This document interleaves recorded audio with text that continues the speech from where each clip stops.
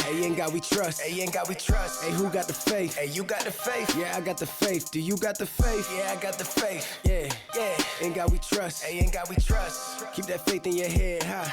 Yeah.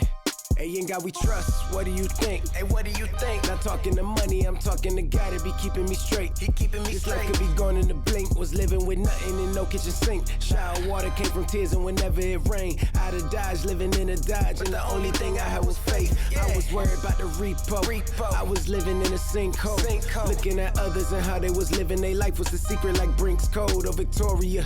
We living in war times, but I always had with me the heart of a warrior. So I never quit. And I had to live in that deficit. But nothing's indefinite. So I pick up my head and I changed up my etiquette. Keep my faith high, it was evident. Not worry about physical, I'm still alive, that's the evidence.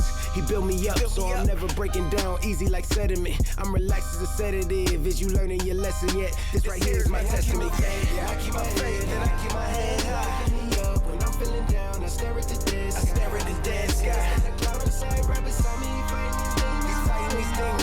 He's fighting these things. Yeah, he made him let God we trust. What do you think? Hey, what do you think? I'm counting the blessing before I count money. It's part of the rank. It's part of the rank. Hit my heart with a stake, cause I'm a wolf, I'm howling at moons. Holy Ghost, he didn't enter the room, but holy smokes, I didn't overdose. But I opened my eyes and it's all up to him, I assume. I done made it through some situations. Upstairs, made it out the basement. All I needed was the very basic. See it clear, never needed LASIK. But now I done open my eyes, my iris is oversized. So I see through them open lies. When they open their mouths and the locusts all go inside. Nowhere you can hide. The devil alive, and I swear that he really be telling lies. Told me raise up that 9 in my head, pull that trigger real slow. Now you really see open minds. Can you coincide? The feeling I get when I stop me from blowing, I know it's God. And not in my mind and my soul, I real strong. I rely on my faith and it never dies. Yeah, it never dies. Yeah, I keep my faith and I keep my head high. Me up when I'm feeling down, I stare at the dead I stare at the dead sky. The cloud inside right beside me, fighting these things. He's fighting these things. He's fighting these things. Yeah, he made him let me go. Yeah. Hey, in God we trust. Hey, in God we trust. Hey, who got the faith? Hey, you got the faith. Yeah, I got the faith. Do you got the faith? Yeah, I got the faith. Yeah. In God we trust. Hey, in God we trust. Keep that faith in your head high. Yeah.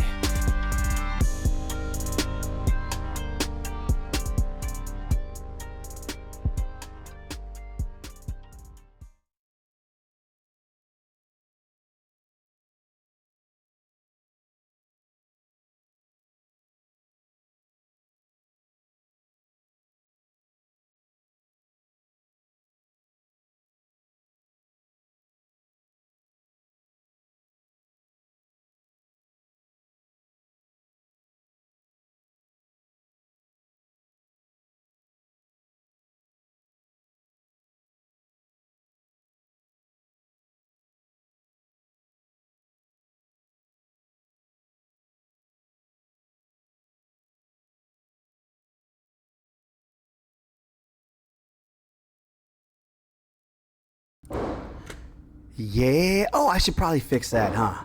There we go. All right. That's amazing. All right.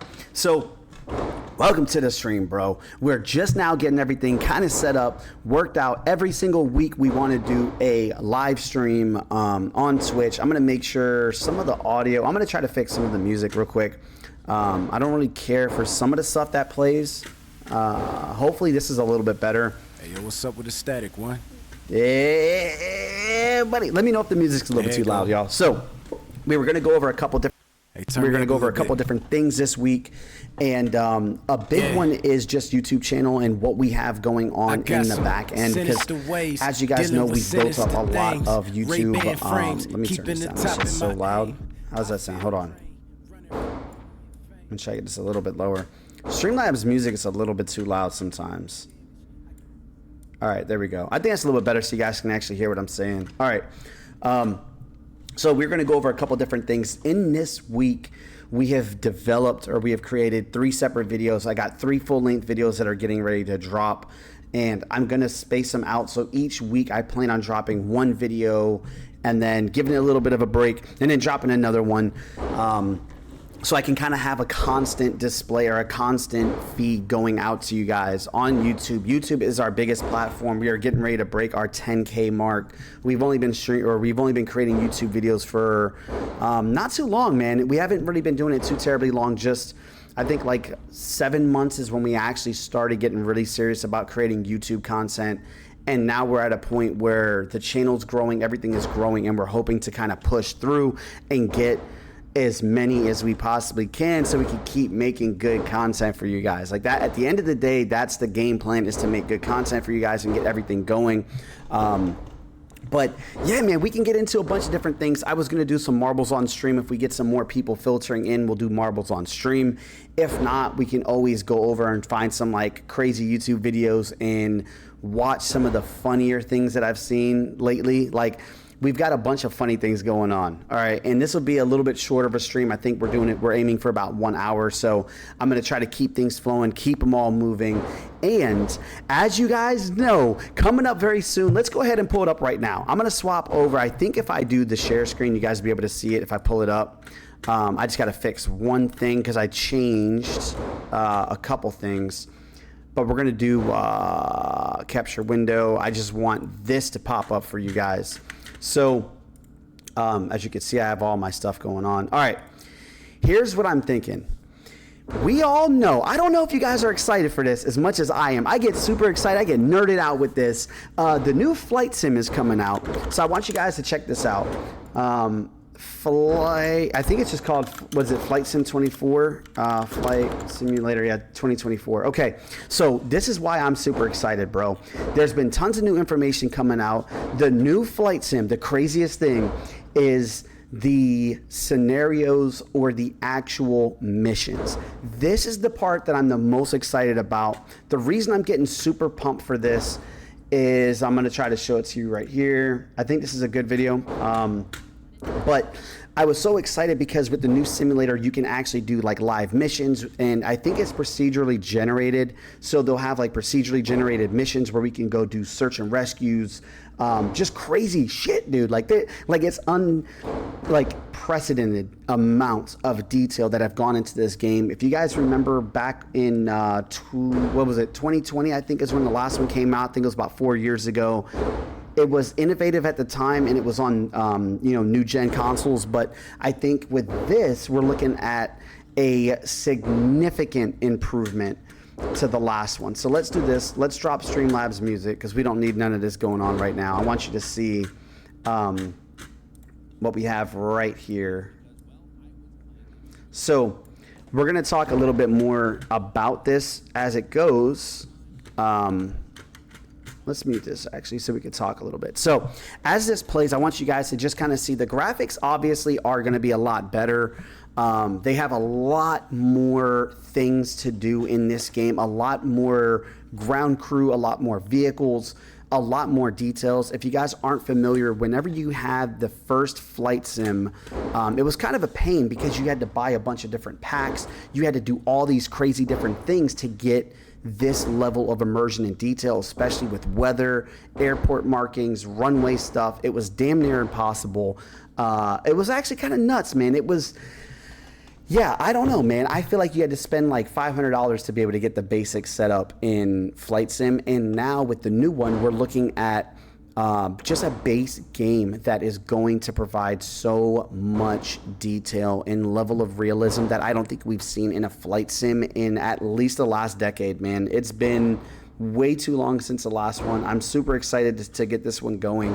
And what we're going to do, we can skip through some of this. This is a big one for me. So right here, this is phenomenal, bro. This is the first time that you're able to do this without mods, without having to buy the different packs, of being able to get outside of the aircraft and venture around anywhere. They said you can land anywhere in this one. Now, I don't know if the actual detail, like the terrain, the textures and all of that are actually going to be like good in every place, because in the last simulator series that they've done, or sorry, the game, they didn't really have a ton of detail packs unless you went to specific regions. So for an example, if you went to one of the airports that I was at in Arkansas, you had to buy a specific texture pack and a 3D geomesh layer to be able to see all the details. Now, this, they advertise it as land anywhere.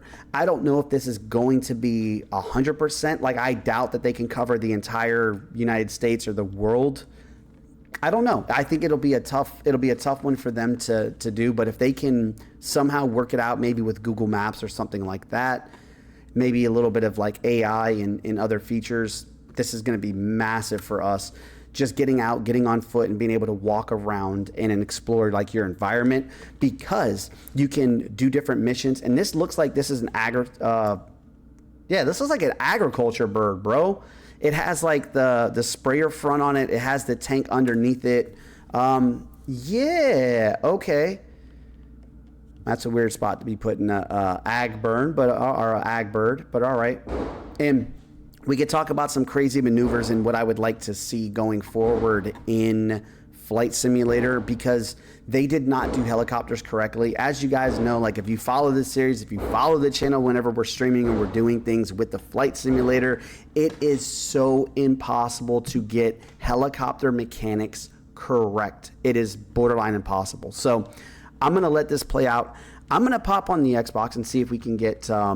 Actually, no, I didn't think we had it running last time. I got to figure that out to get the pedals and stuff working. But I don't know. I thought we did. Whatever. Next time, whenever we get the Flight Simulator back up and running, we're going to be doing some missions and getting it all going. I just don't know why.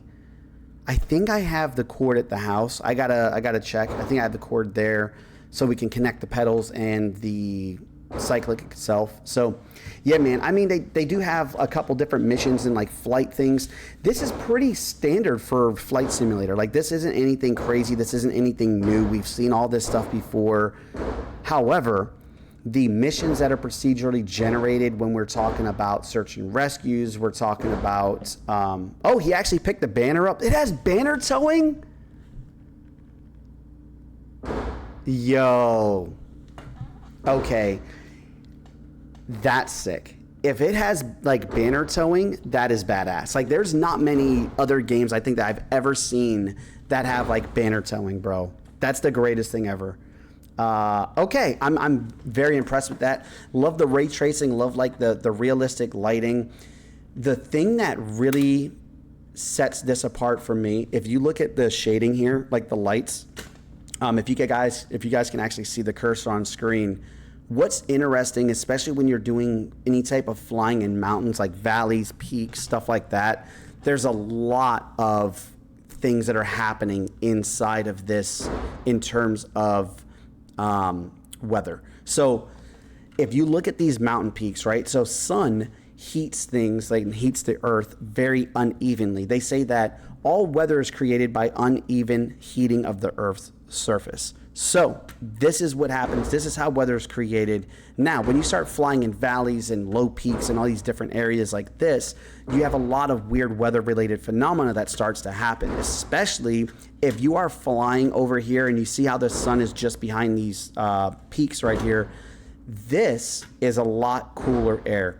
So you have a lot of cool air on this side compared to the warm rising air that's coming off on this side.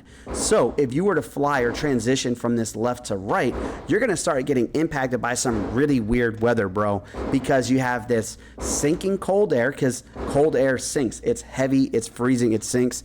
It'll sink, and then this other side will rise up because it's convection, it's heat, it's hot air, and it's lifting. Now, if this game, if Flight Simulator 24 can mimic this, or at least somehow create, even if it's artificially, let's say they just do an artificial lifting action here where maybe you'll gain some more altitude. Once you break into this shadow area, maybe a little bit cooler air, and you'll lose some. I don't know how they want to do it. But the actual like shadow, the shading, the way that they do it, the refractions, the ray tracing, everything here that you see on the screen is beautiful. They just don't do helicopters very well. In all the flight sims that have ever existed, there's way too many mechanics. There's way too many different complex things that happen with helicopters that make it very difficult. So I don't know if they're going to be able to do it. But let's see. I think there's another part in the video where they get a little bit more into helicopter stuff and weather. Weather is going to be a big one for me.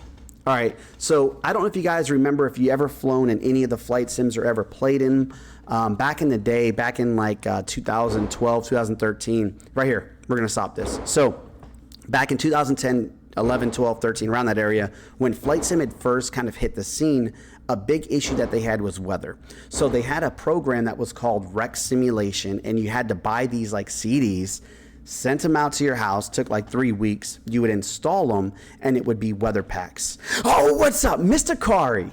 Bro, this is perfect for you, dog, because right now we're doing, I'm looking at the brand new Flight Sim 2024. I'm super excited for this, dude. And we're talking about how back in the day, you had to download all these weather packs, and it was a pain in the ass. My man, Mr. Kari, bro, you make my day, dude. I'm so happy, dog. I was actually kind of hoping you would show up so we could talk about the aviation and the weather stuff, and I can answer all your questions naturally, and I don't have to text them because it's so difficult to text and type, dog. This would be so much easier for me to like share and help you out and like really go into this.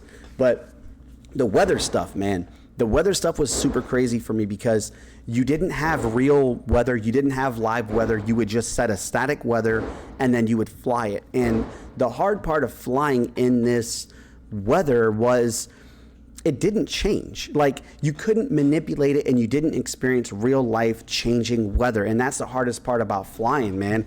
I'm doing good, bro. How the hell are you doing, man? How are you doing, dog?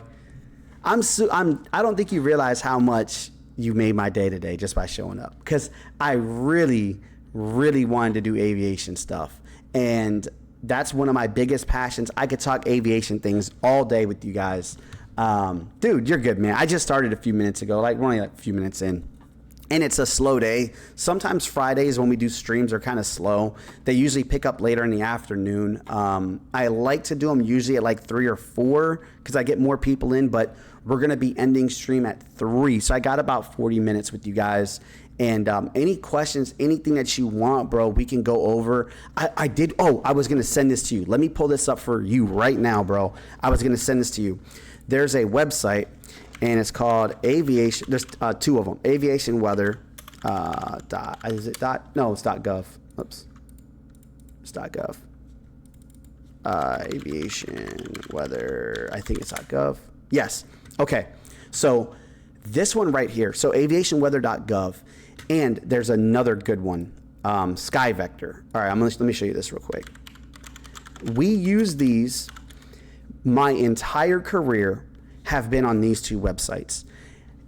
Dude, thank you, sir. Bro, my buddy was saying that earlier, and I never think so. I think I make too many mistakes when I type. But I'm going to show you something, bro. This is the greatest thing. These 2 websites, I promise you right now, we're going to talk years from now. These 2 websites, you are going to see and you are going to use them your entire pilot career, bro. Your entire career, because Sky Vector is how you can do all of your flight planning. It's free. It's easy as hell to use. It has a lot of functionality in it, and this is more pilot side, right? So pilots are going to be using this in Sky Vector a little bit more than controllers. So controller side, I stayed on aviation weather a lot because our aviation weather stuff that we had in the tower isn't really, some of it's good. It depends on what tower you're at, but it wasn't as thorough as aviation weather because the aviation weather center actually sends all their information out to us at the control tower. So sometimes it's delayed. This is going to be your most accurate and your fastest forecast, right? So the big one, and I haven't used this site in a while, so I'm going to try to find. Damn, they changed up a lot. So I'm going to mess around with this site to figure out where it used to be. What I might do just to make it easy so I can find it. If you go to aviationweather.gov, and I used to go to the TAFs, which is a terminal area forecast. Yes. Okay. Here we go. So this is the greatest thing, bro. So your TAFs are very good bits of weather information for a 4-hour period. So the terminal, like, I think it's like terminal aviation forecast or aerodome forecast or whatever. Yeah, bro, we're on Elgato, dog. I got Elgato. We're using Streamlabs. And I got to get the flight simulator up. I left the cord at the house. So, oh, check it out, bro. This is what I was talking about. Let me get it. All right, so we got the pedals, right? And these are like the really good, if I can get it balanced. These are the Turtle Beach pedals, and they're some of the better pedals because they have a bunch of different functions. In helicopters, we don't have this like tilt feature. It's pretty much just straight up and straight down. In planes, I believe, you can correct me on this one, bro, because I don't know too much about fixed wing, but if you look from like the side, they tilt, if I can get it into the camera correctly. There you go. So they tilt in like this. We don't have this in helicopters. We pretty much just go straight up and straight down. Like it's just a push pull, and that's it. It doesn't. There's no extra pedal work since we don't have rudders or anything like that. So that's kind of or that's one of my favorite pedals, dude. Like they're amazing. Yeah. Okay, that's what I kind of figured, man. And I don't know too much. Does it control the what does that control, bro? Is that so the pedals, if you push them forward, right? So like forward, back, and stuff like that, that's going to control your rudders, and that's like I would assume that's like your yaw, right? Like your left or right yaw. And then do you feather it with the pedals? Like, is that what that is? Or does that control like the vertical stabilizer? I don't know, bro. Like, or is it flaps? Like I'm still learning fixed wing stuff. I always wanted to get into fixed wing. Okay. All right, that's how it is for us too. And helicopters are weird, bro. Helicopters do some weird stuff, but I'm gonna show you this, dude. This, we can go over to METAR stuff. Now, okay. All right. Bro, Car, you already got the terminology down. You already kind of know. All right. That's how it is for us too. We use pedal turns when we're taxiing, but we don't use them too much in the air because we can chop our tail off if you try to use one of those pedals to turn while you're flying. Crazy. On the ground, we do pedals a lot of pedals. When we're in the air, we just maintain trim with the pedals. We don't do pedal turns and stuff like that in the sky because we would chop the tail off. Crazy stuff, right? Check this out, dude. This is why I say I'm a freaking weather nerd, dog. Like, weather was one of my most hated subjects. I hated weather. I didn't want anything to do with weather. It was so confusing. It pissed me off. It's like a whole nother language, but I realized that there's no getting around it. Like, you cannot be a pilot and not deal with weather. Like, they are synonymous, right? Like, you're never, ever going to be able to fly without dealing with weather because it's all around you. Even a clear day is weather because the density, altitude changes. Everything changes in that regard. So let me show you this, bro. You can mess around with this website. It's the greatest thing ever. I like TAFs because you can include METARs with them. So let's say that I usually don't do decoded, and I'll talk about that. Sometimes, like, if you go decoded, it will give you like a little remarks at the end, and they'll try to make it a little bit more understandable, but it's stuff that usually doesn't matter too much. Let's do Cherry Point, or KNKT. Cherry Point. So when you first look at this, it's going to separate them into two separate things. So your TAF is here, and this is your METAR up here, right? Now, if you look, you remember, oh yeah, let's do, it's just KATL, right? Yeah, I think it lands is pretty, yeah, KATL. So check this out, bro.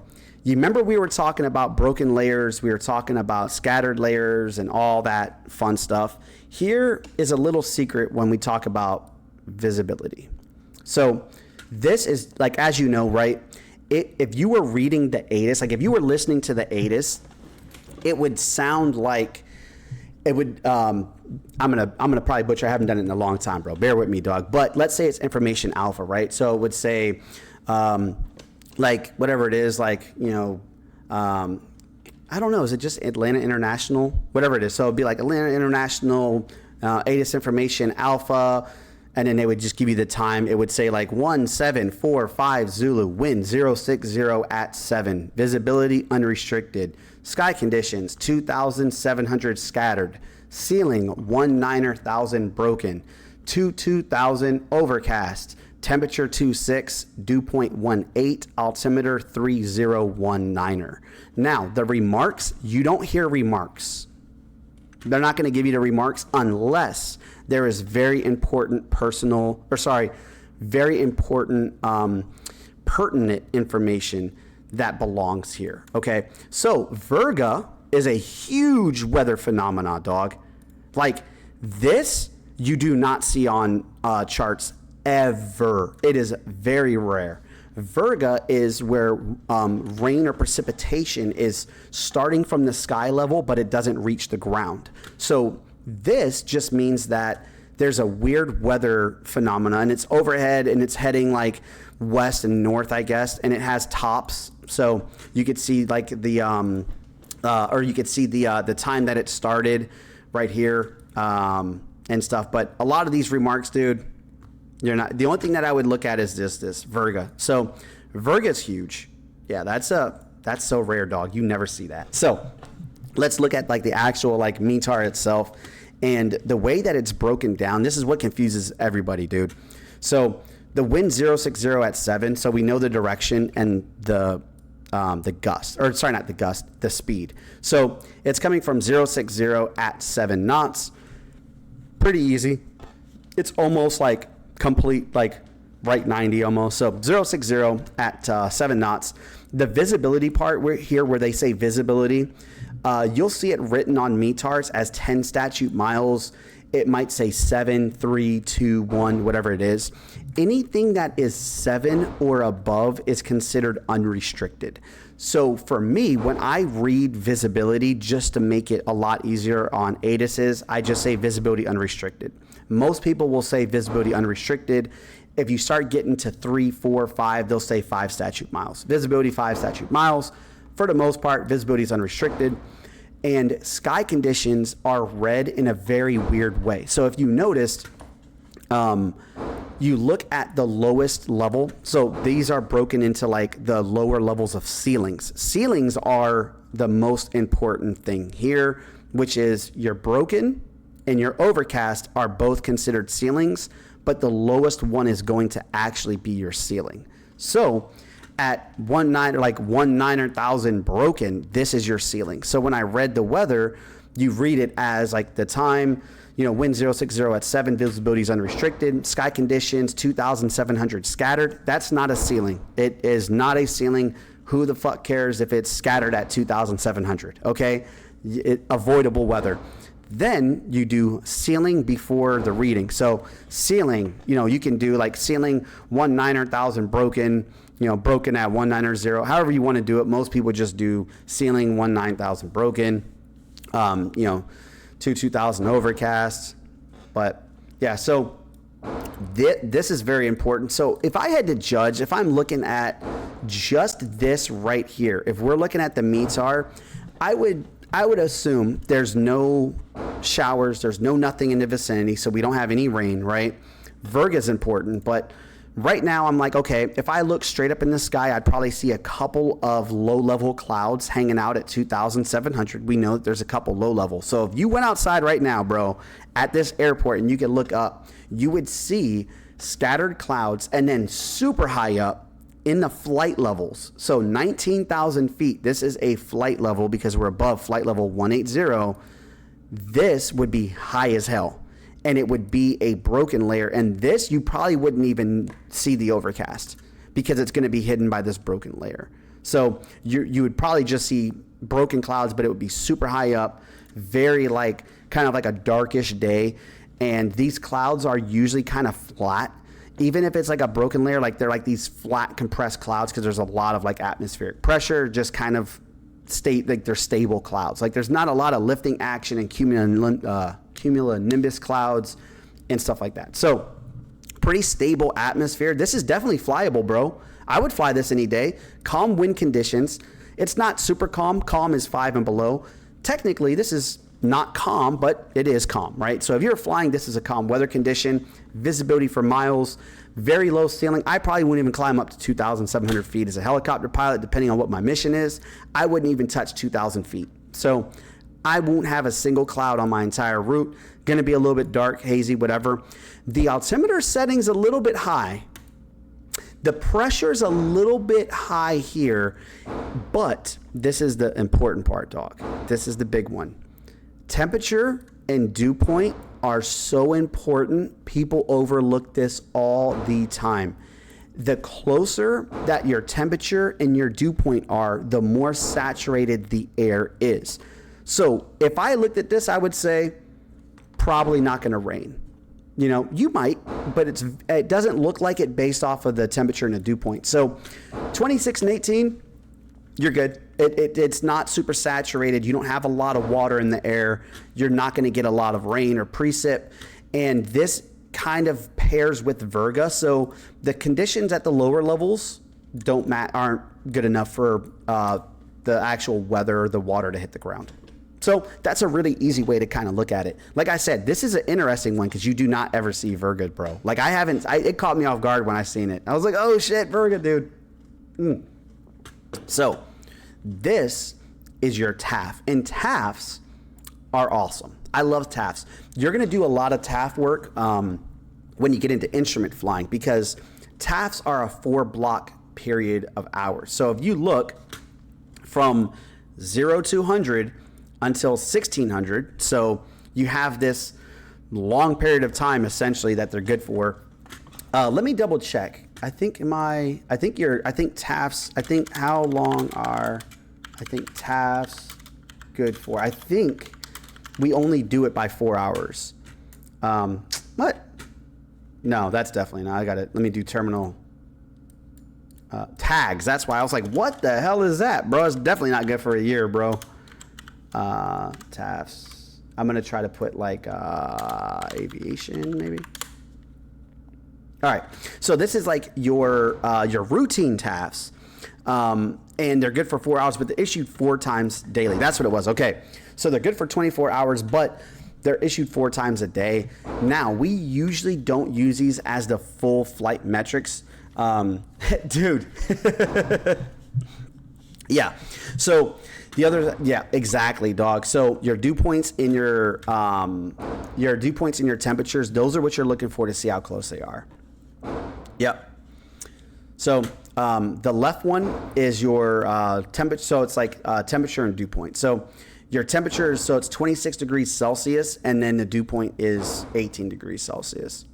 But you'll hear it read as temperature 26, dew point 18, altimeter 3019er. But yeah, usually when these start getting closer, higher chances for rain. So if the dew point was up at like 22, that might be pretty good, dude.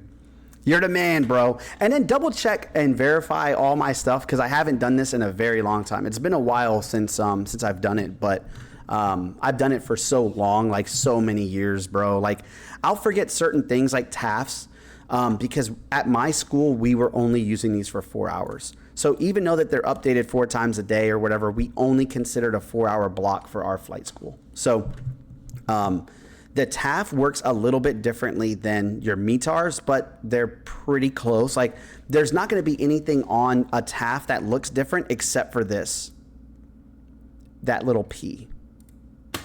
That's pretty much it. And the thing is this is still a statute mile, or this is still a visibility condition, but it's not accurate. Like this is kind of a TAF is a forecast, right? So it's saying that this is what we're expecting, but it's not 100%, right? It's like the Weather Channel. If the Weather Channel says it, oh yeah, dude, I'm gonna put it on. I'll probably put it on my YouTube channel for as well, bro. I'll put it on the YouTube channel so you can check it out. And I'll leave it up, and I'll try to do a bunch more aviation stuff like this. Maybe on the streams, dude, we could do aviation stuff, and I'll just go through and try to answer all aviation related things, man. I'll hook you up, bro. Yeah, because like I said, this is like your weatherman, right? When the weather guy gets up there and he's like, hey, I think we're gonna have a chance of rain, Thursday afternoon, and that's 4 days out. you know, it might happen and it might not. But yeah, I'm gonna try to see if I can get if I could do this a little bit better, so you can see, because I'm not gonna be able to explain it as good as does the P mean in Viz charts aviation, because it's gonna explain it a little bit better than I can. Nope, that's approach. All right, so nope, definitely. We are gonna go over these, by the way, bro. Dude, I need to, bro. I just had surgery on my left arm. I need surgery on my right arm now, and then getting back into it, bro. Yeah, I literally I'm still recovering on the left side, and then working on that right side now. But yeah, dude, I wouldn't work too much on. I wouldn't worry too terribly much about like the TAF stuff when it comes to like this, like the visibility, because all this means that this will be. I'm trying to find the actual wording, bro, because I'm having a brain fart on it. Prevailing. There we go. Jesus, dude. Prevailing visibility. Oh my God. So this is like your prevailing visibility. So it's just saying that it's going to be 6 statute miles, and this is going to be a maybe. I'm doing good, bro. How you doing, man? I wish, dog. I wish that's what it was, man. Then I'd be getting swole as hell. I wouldn't be getting surgeries, dog. I'd just be getting one side would be big as hell. It'd be like this massive, like just massive side, dog. You remember on Family Guy? You remember when Quagmire found out that porn was on the internet, dog, and he came out? He came outside the house and he had that one buff ass arm, and he's like, "Hey, what's up, guys?" Dude, I was dying, bro. Same shit, man. Bio, how you doing, bro? We're going over a bunch of weather stuff, man. I got my buddy in here that he just started doing flight school, bro, and he's going for like his PPO, he's getting his pilot license. So we're trying to get like just kind of go over some weather stuff. And I love weather things, especially when it comes to like aviation, bro, because it's so in depth, and I don't think a lot of people don't realize it, but you can always have fun with your friends and family. If you know how to read this shit, you can go and look at the weather and know the forecast before like the weather. You're over in, are you in the UK, right? Yeah, I think you're over in the UK. That shit's always rainy, dog. That's kind of where I want to be. I love the rain. Oh, the Netherlands, dude, that's dope. Okay. Hell yeah, bro. Yeah, like, it's cool, man, because like you could look this chart up and you could tell what the weather is going to be before anybody else really does it. This is a direct, like if you go to this aviationweather.gov, it'll show this every single time, and you can just type in an airport in your area and it'll show you the general, for the most part, the ATIS itself, and it's called like an AWOS. There's an AWOS, there's an ASOS, and there's an ATIS and all this. But if you look at the actual AWOS itself, it's a stick in the ground, essentially. Let's just go to this one. All right, this little thing that goes in the ground, and it shoots straight up in the air, and it shoots off on all to these different like location or directions, right? So this is a AWOS, so it's automated weather, but whenever it shoots this, like it's like a laser beam essentially, and it shoots it straight up in the air and it bounces back and it tells you what the base of the cloud is. But here's the issue with these. This is a major flaw in this technology, in this design. What's up, Mr. Big Day? This is a major design flaw in this, is that it goes straight up and then straight back down, right? So what if this massive cloud layer is just to the left of this thing?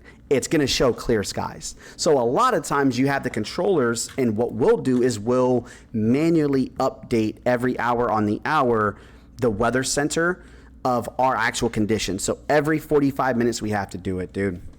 But yeah, man, it's kind of sick. Let me say it. Damn. Oh, I can only imagine, bro. That's got to be a really unique, like a really, really unique like thing, bro. I didn't even think about that shit. That's kind of cool though. Like, I love areas that have these like really unique weather things. Like up here, we're living on an island, bro. And we actually get, it's weird. It'll be like not summertime, but we'll get like a straight up massive snow shower, but it's lake effect snow. and it doesn't stick, it doesn't do anything. You'll just be going outside. It'll be like 70 degrees and snowing, and it doesn't hit the ground or anything. It's so weird. It'd be like flurrying and shit in September. But it's all lake effect. It's just the weather phenomenon created by the island, dude. I love, like I said, bro, I'm a nerd for weather, dog. I love weather shit, man. It's so interesting. There's so much to it. There's so many layers of it.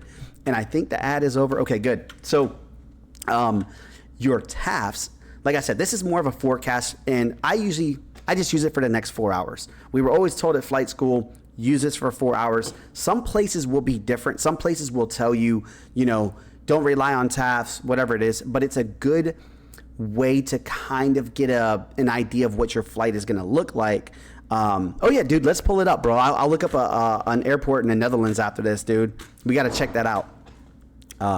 Oh, damn, the ad break's still going on. So let me do that too. Let me duplicate this. Let me see if I can find a airport in the. Let's see if we can get. I just need the identifier for it. AMS. Okay. And what is the Netherlands 3-letter ID? IATA. Okay. So let's do this one. Okay. Yeah, let's try this. This should work. It should let me pull this up. Nope. Amsterdam Airport. How about this? Amsterdam Airport code. I just need a 3-letter ID. Oh, it's ICAO. That's why, bro. Might be EHAM. Will it let me do ICAO stuff on here? It does. All right. So let's check this out, bro. All right. Hell yeah, this is dope. So that ad break will end, and then he'll be able to see it. So I'll go over this right here. Let's see. All right. So no significant weather. Okay.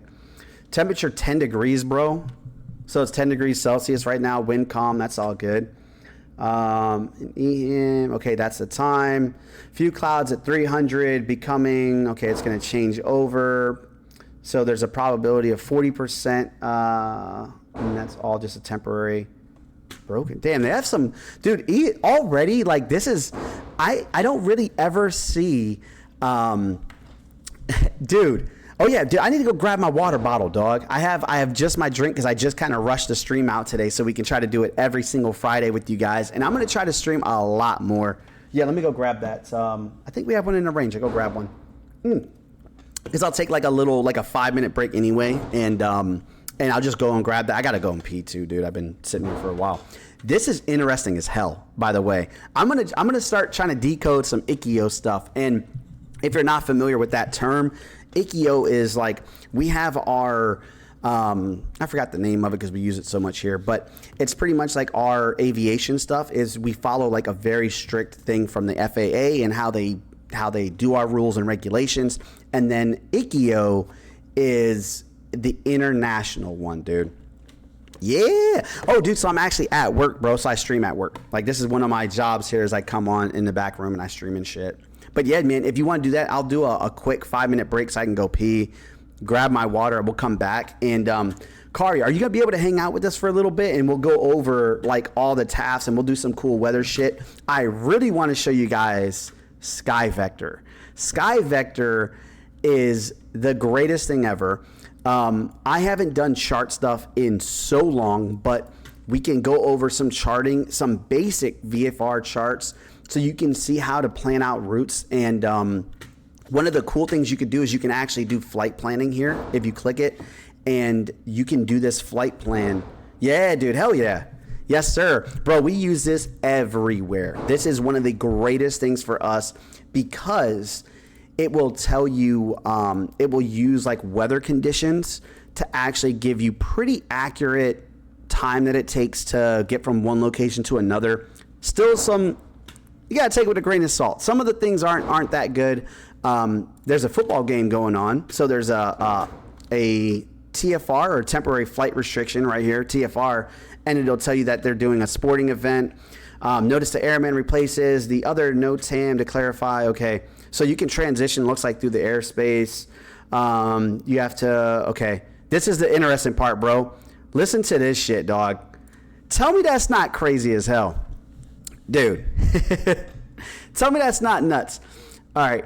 Pilots who do not adhere to the following procedures may be intercepted, detained, and interviewed. These are super important. And I have stories upon stories of people that have broken these rules, and we had to intercept them because they did not pay attention by going to Sky Vector and seeing this big ass ring around the airport. And you can even see it. There's a stadium right there. Stadium, football game, Hampshire at Hampshire at Harvard? I'm probably going to pronounce that wrong. Hampshire. Surface to 30,000 feet. Going to be live in 3 hours. Crazy stuff. All right, let me go take this break real quick. We're going to come back, and I got some crazy shit for you guys. It's going to be dope. Let's go ahead and swap this over to the break. And like I said, man, we'll be right back.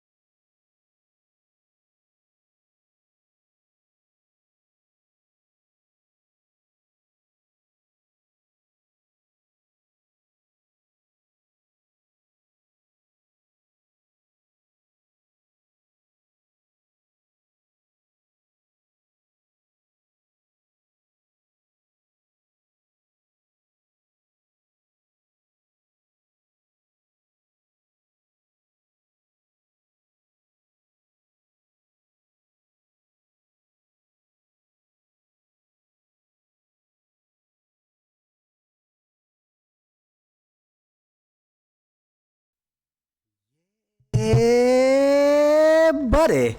Woo! I had to go and I had a couple customers and stuff like that that were out there too, man. So I finally got my water. Woo! We are planning another video on the range too. So right after this, I'm going to be sitting down with him and we're going to be going over a bunch of stuff, bro. Oh, Bio, Mr. Big Dick. Dude, I appreciate you, man. Woo! You know what's funny?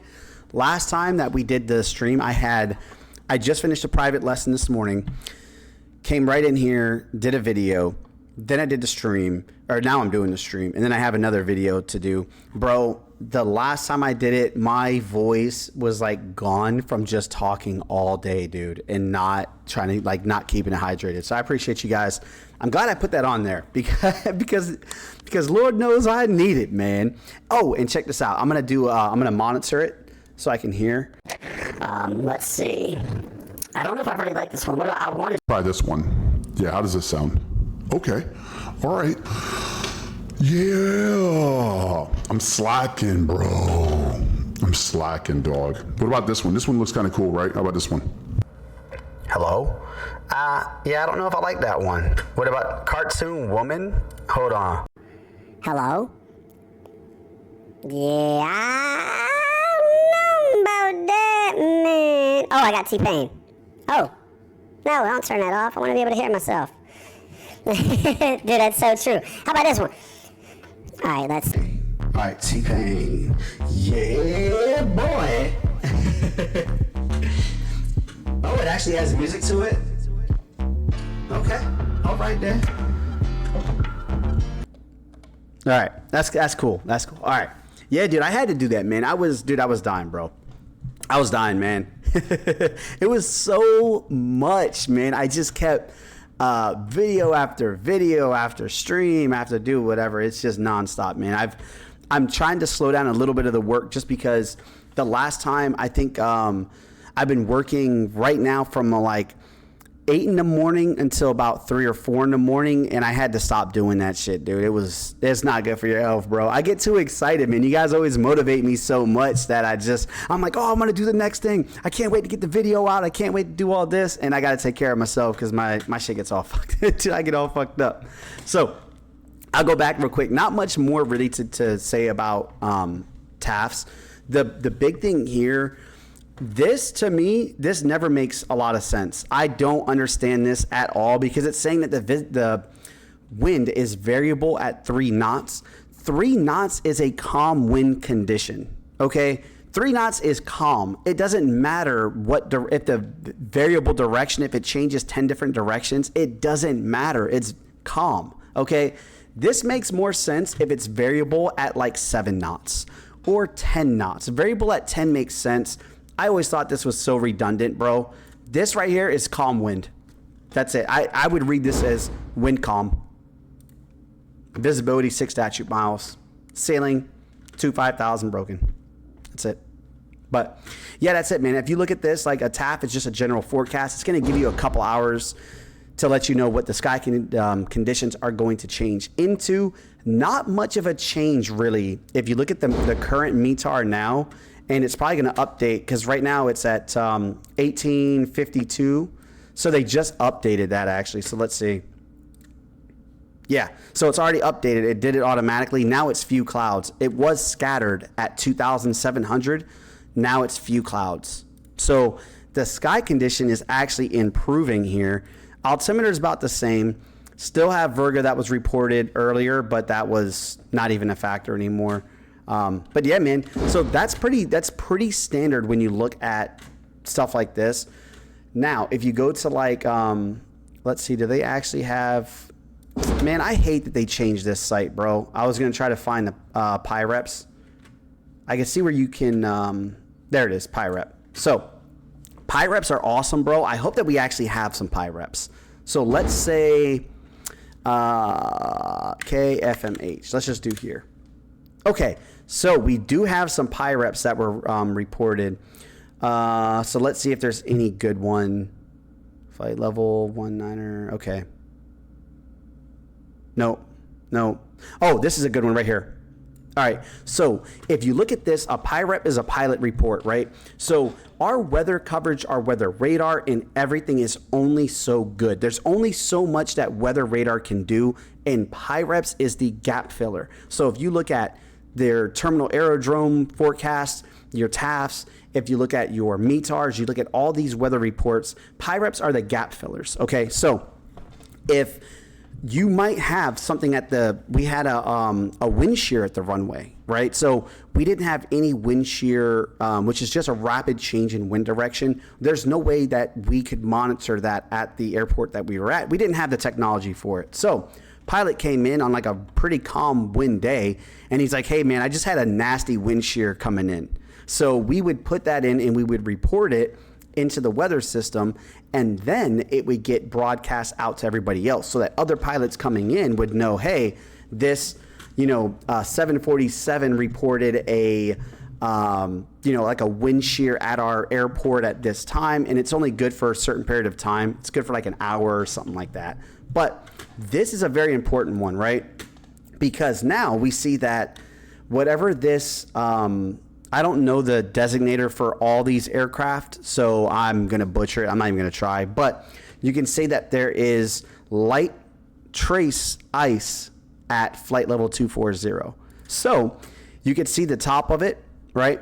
So they're saying that, or the type. So at this time, this is time, right? So this was observed at 1835. So it was like 20-something minutes ago, 25 minutes ago, saying at flight level 240, this type of aircraft, which I don't know what that is, C55 Bravo, I don't know, whatever it is, reported ice, trace to light at flight level 240. This is important because if you're flying at that altitude, bro, you need to know if there's going to be ice. This guy reported it for you.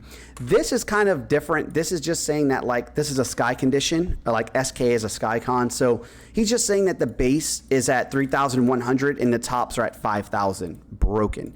This means that maybe at this airport, whatever BOL is saying that maybe they're reporting 4,000 foot ceiling and saying ceiling is 4,000 feet, and this guy is saying actually he entered at 3,100. So we would reach out to pilots sometimes if the weather is starting to get kind of murky, or maybe it's difficult for me to be able to report it. I'd say, hey, whatever it is, like I don't know, like Otis 11, can you give me a PIREP on departure? Let us know what those bases are. And he's like, yeah, roger that, tower. We'll report bases and give you a top. And they'll usually tell you when they enter the cloud, which is the base of the cloud, and then when they break out of it, which is the top of the cloud.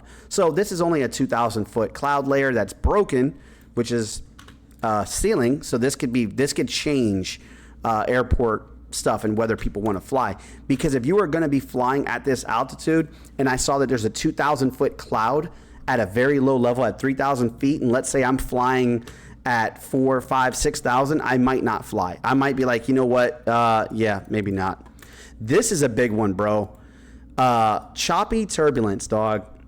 But it's light. All right, so light turbulence, choppy, that could be a big one, but it's important to know the type of aircraft that reports this shit. Dude, we were flying from Memphis International out to Tulsa, Oklahoma. Actually, no, we weren't even going on that long of a flight. I can't remember the airport that we were going to. It was far away. It was about a 2.5 hour flight for us. But when we were flying out there, we were going to fly to this little tiny airport to refuel. It was about 40 miles away from where we were, so we were listening to the weather, and a pilot came in, and we noticed that the weather was like getting nasty, dude. Like winds were picking up to 25, gusting to like 37. Winds were picking up. Everything was getting nasty out there. And a pilot came in. He's like, hey, tower, got a PIREP. So we're listening to this shit. The pilot's like, hey, we got moderate turbulence coming in 6 miles from the airport, reporting light to moderate turbulence, right? When the controller said, say type aircraft, the dude was a 737. Bro, you know how big a 737 is compared to us? This is what we were flying in. R44. We were flying into Robinson, okay? This is our aircraft that we were flying in. We were flying in a Robinson R44. Look at how big that is. That's not a big bird, okay? And then let's look at the 737s. This, my friend, is what said they had moderate turbulence. Moderate turbulence is nasty shit, okay? If this thing has moderate turbulence, it would rip us to shreds. Like, dude, we would not survive that shit. So that was one of the biggest things when we started getting these like pilot reports and stuff, to really listen to what the type of aircraft is, because we report moderate turbulence. That 737, dude, dude, he ain't gonna feel nothing. They report it, it's gonna rip us apart. Yeah, bro. My buddy had nasty turbulence, and it ended up doing a lot of damage to like the aircraft, dude. So I was like, yeah, no thanks. I'm not trying to die. That shit sucks, dog. Crazy stuff, man. But yeah, that's why it's like, you just listen to the weather, listen to all the craziness. Dude, this is something that almost fucked us up, dude, so bad. We were at the airport, and we were just doing some practice flights. I think I was getting my currency for the month. I was just going up for like 30 minutes. I was just going to do a couple bounces in the pattern. I was going to come back down. No big deal. So my buddy goes up before us. He comes back from his flight, and when he lands, I asked him, I'm like, hey, man, what's the ceilings at? Right? I wanted to know like what this low cloud layer was, because they're reporting 800 feet, which means I can't technically fly. So I was like, hey man, what's the ceilings right now?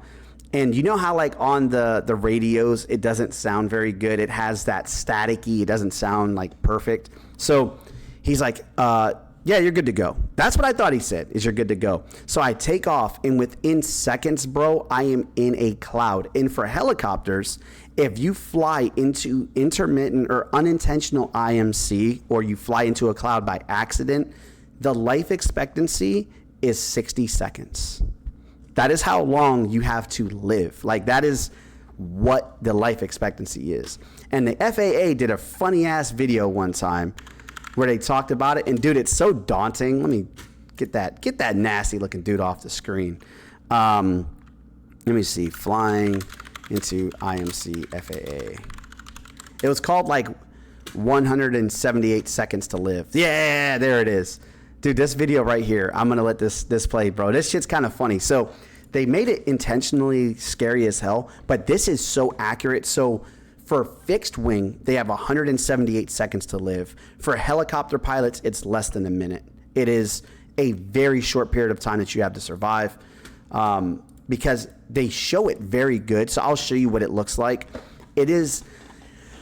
It's scary, man. It's a lot scarier than I thought. So whenever you're flying, dude, everything is perfectly fine. It's beautiful. You can look outside, you know, do whatever. When you get into a cloud and you're not expecting it to be that bad, like if you think it's a small cloud layer and you're just going to shoot right through it, it doesn't affect you. It gets the windshield a little bit wet, boom, you're out of it in seconds. You fly into it and then you realize, holy shit, this thing is 5,000, 6,000 feet high, and you don't have the instruments that can tell you what your positioning is. It's almost like the depth perception, like it makes your eyes hurt. It's very hard to see. It is just so disorientating, and whenever you feel like you're turning, you could be standing like stationary. Your body will go through all these sorts of different things because you lose that visual sensing. You have to rely on kinetic, and if you're not trained to fly like this, bro, you're fucked. Like 100% death sentence. So this happened to us. Check this video out, bro. This is wild as hell. The FAA made this video crazy, and this thing is true as shit. The sky is overcast and the visibility poor. That reported 5-mile visibility looks more like 2, and you can't judge the height of the overcast. Your altimeter says you're at 1,500 feet. But your chart tells you there's terrain in the area as high as 1,200 feet. Still, you've flown through weather like this before, so you press on. You find yourself easing back slightly on the controls to give yourself more clearance. Then, with no warning, you're in the soup. You peer so hard into the mist that your eyes hurt. You swallow, only to find your mouth dry. Somewhere a voice is saying, "You should have turned back." You now have 178 seconds to live. You push the rudder and add a little pressure on the controls to stop the turn. But this feels unnatural, and you return the controls to their original position. This feels better, but now your compass is turning a little faster, and your airspeed is increasing. You scan the panel for help, but you don't find any. It doesn't make any sense. You're sure you'll break out in a few minutes, but you don't have a few minutes. You now have 100 seconds to live. You glance at your altimeter and are shocked to see it unwinding. You're already down to 1,200 feet. Instinctively, you pull back on the controls, but the altimeter still unwinds. The tack is in the red, and the airspeed's almost there too. You now have 45 seconds to live. Now you're sweating and shaking. There must be something wrong with the controls. Pulling back only moves the airspeed deeper into the red. You can hear the wind tearing at the airplane. You have 10 seconds to live. You see the ground. The trees rush up at you. You can see the horizon if you turn your head far enough, but it's at a strange angle. You open your mouth to scream. Great content needs a great audience, like Santa Claus needs cookies. Dude, come on now. The FAA, man, they kind of made it scary, but I mean, that's true, bro. But, oh, damn, the ads. Oh, yeah. All right, I'll let the ad play out. But, bro, actually, let's just go ahead. I think I can skip this one, too. Oh, it's not going to let me skip this one. Sometimes it lets me skip. But that is so accurate, bro. And thanks for that follow, bro. I appreciate you, man. Thanks for joining up, dog. We're doing a bunch of aviation stuff right now. Tons of aviation things. But the FAA, that was probably my favorite commercial. We watched that so much in flight school. It's so true. It is 100% verifiably true, bro. And it is scary how accurate that is. And when I first started doing instrument training, I'm a super nerd, dog. I'm so nerdy, bro. When I started doing my instrument training, you wear something, we used to call them faggles, because it just makes you look really stupid, but you wear these like glasses and you can only see the instruments in the cockpit. So for us, it is very disorientating. Like I said, bro, you can't do much, man. Like if you're in that position, you are absolutely screwed. You will not survive it. There's nobody I think there's like one person that has survived this that we know of, but it's nasty stuff, dude. So we were, the second that I took over controls, so I had a safety pilot, and he's like, hey man, I'm going to show you how instrument, feels, what it looks like. I put those glasses on, and we do our instrument flying at night, so I can only see the panel. You can't look outside. Within seconds, he's like, all right, we got straight and level. So we're flying, everything is straight and level, bro. And I'm looking down at the panels, and to me, I kid you not, it felt like they were melting. Like I couldn't even look, dude. Yeah, bro. And it's crazy, dog. It's like you're almost high, dude. Like it really does feel like that. Like my panels look like they were melting. I couldn't see my airspeed. I can hear the wind picking up like that, like whooshing beside us. I'm trying to figure out what's going on. We're in like a horrible turn. This is within seconds of putting on those glasses and taking over the controls. You lose everything. It feels like I was tumbling. It felt like I was doing backflips. Dude, it was the weirdest feeling ever.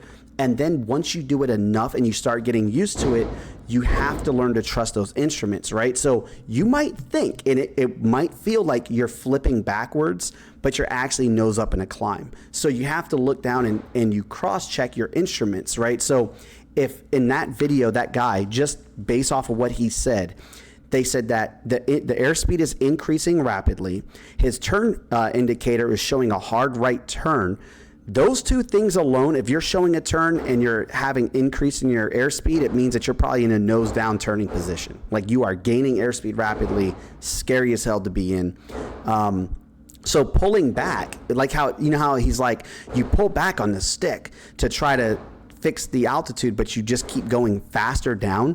Think about it, bro. If you're turned like this, right? If this is the plane, you're just coming in and you're flying like this, and now you're turned in this like horribly steep incline and you start pulling up, it's not going to do anything. It's just going to make the condition worse. So that, I think a lot of people don't realize, flying into clouds and doing that shit is a absolute death sentence unless the aircraft is equipped to do it and you are trained. It's so intense for instrument flying that every 6 months you have to go and you don't recertify, but you have to stay current on it where you have to do 6 different approaches and all these different things wearing those glasses because, bro, it's dangerous, man. A lot of times, back in the day, by the way, they changed a whole bunch of law. We always say that everything is written in blood, and it is, because back in the day when we were flying, if the company told you, hey, you have to be here on time, you have to make this trip or whatever, if you don't, you're fired. A lot of pilots were flying into this type of weather because they were in a rush. Like, they were rushing and they didn't want to get fired. So it changed it now to where you cannot be fired if you do not feel comfortable flying. So if your boss comes out and says, hey man, you're flying down here, you're doing this, you could say no. Nope, not comfortable doing it. Now, you got to be careful because you don't want to keep doing that, all the time. But for the most part, yeah, you definitely can tell them no because it's unsafe. And a lot of people have died because of that. It is that video, bro, dead accurate. Probably one of the best videos that the FAA has actually done. We can close this TFR. We don't care about that. But we'll do, there's really not, with weather stuff, there's not really too much other like crazy fundamentals to understand with aviation weather. It's all pretty standard, but I will show you something that'll crack you up. Me and Kari were talking about this the other day. If you look at, let's do aviation weather chart symbols. I think that's what it, no, that's the actual chart symbols. I don't want chart symbols. Oops. Let's do this. So, no. Oh yeah, dude, you're going to do these on your, on these like charts, dude. This pissed me off. This made me want to leave and quit flight school. I'll be honest with you, but let me try to find, I wanted to find that, like fog and smoke. I forgot the name of the, weather, identifiers, I think. Yeah, meets our abbreviations. Okay. This is what's kind of funny when you look at this shit. All right. There is so many different things here. Like, these are all identifiers, right? And whenever you're in school, they can quiz you and they can ask you on all of these. They can say, a lot of these aren't weather, but dude, I was thinking about it. I really was thinking about getting my dual rating, bro. But I'm such like a fanboy for helicopters now. Like, I've just flown helos for so long that it's hard for me to break that because I just like being able to look over in the corner and be like, hey, let's go land in that field over there, and I think I like planes, especially because I want to be able to travel and go like see my family and stuff like that for cheap and not have to drive there. I'd like to, rent an aircraft and just go. But yeah, dude, they will quiz you on all this shit, by the way. If you take tests, they will ask you for all this. But if you just look at the actual, do they break it down into? No, I'm not worried about that. Okay. Did they talk about the temperature dew point? Okay, separate. Nope, we already did all that. All right. So for the most part, bro, 90% of this, it's just like anything else. Like if you ever think about like the 80-20 rule, they say that 20% of your products will do 80% of your profit and stuff like that. Or, you're going to use 20, or you're going to be given whatever this is. Like, let's say thousands of different terms and indicators and all this, and you're only going to use 20% of them. That's about what this is. So out of all this stuff, you're probably going to use 20% of this. And like drizzle is one that you'll see. You're not really going to see funnel clouds. You're going to see the E on everything. You might see ceiling sometimes. You're not going to see cloud height indicators, candelas. You're not going to see most of that. Blowing sometimes, like blowing snow. It'll be like BLSN. They used to have a lot better abbreviation lists that broke it down into just like straight weather stuff, like aircraft mishap. I hope you don't see that too much. If you see that, bro, this is not good. All right. But I'm just trying to look for the good ones. Like broken, yes. Missed, yes. Cloud to air lightning, it'll usually say like CTG or like, I think it's cloud to cloud that I've seen. I haven't seen CA as a report. Maybe they use it. I see like cloud to cloud, like CTC, stuff like that. Yeah. a circocumulus standing lenticular cloud. Bro, have you seen what a lenticular cloud looks like, dog? Check this out. Let me show you this. This shit sounds weird as hell because it is. This cloud, all right, not that one. The lenticular clouds, bro. You talk about some deadly things. You ever see this? Do not fly anywhere near this thing right here. This is a real cloud, bro. It is a standing lenticular cloud, and you see them mainly by mountains. These things will freaking rip you to shreds, dog. If you ever see this, don't fly anywhere near them. If these are in the sky, don't even leave the ground.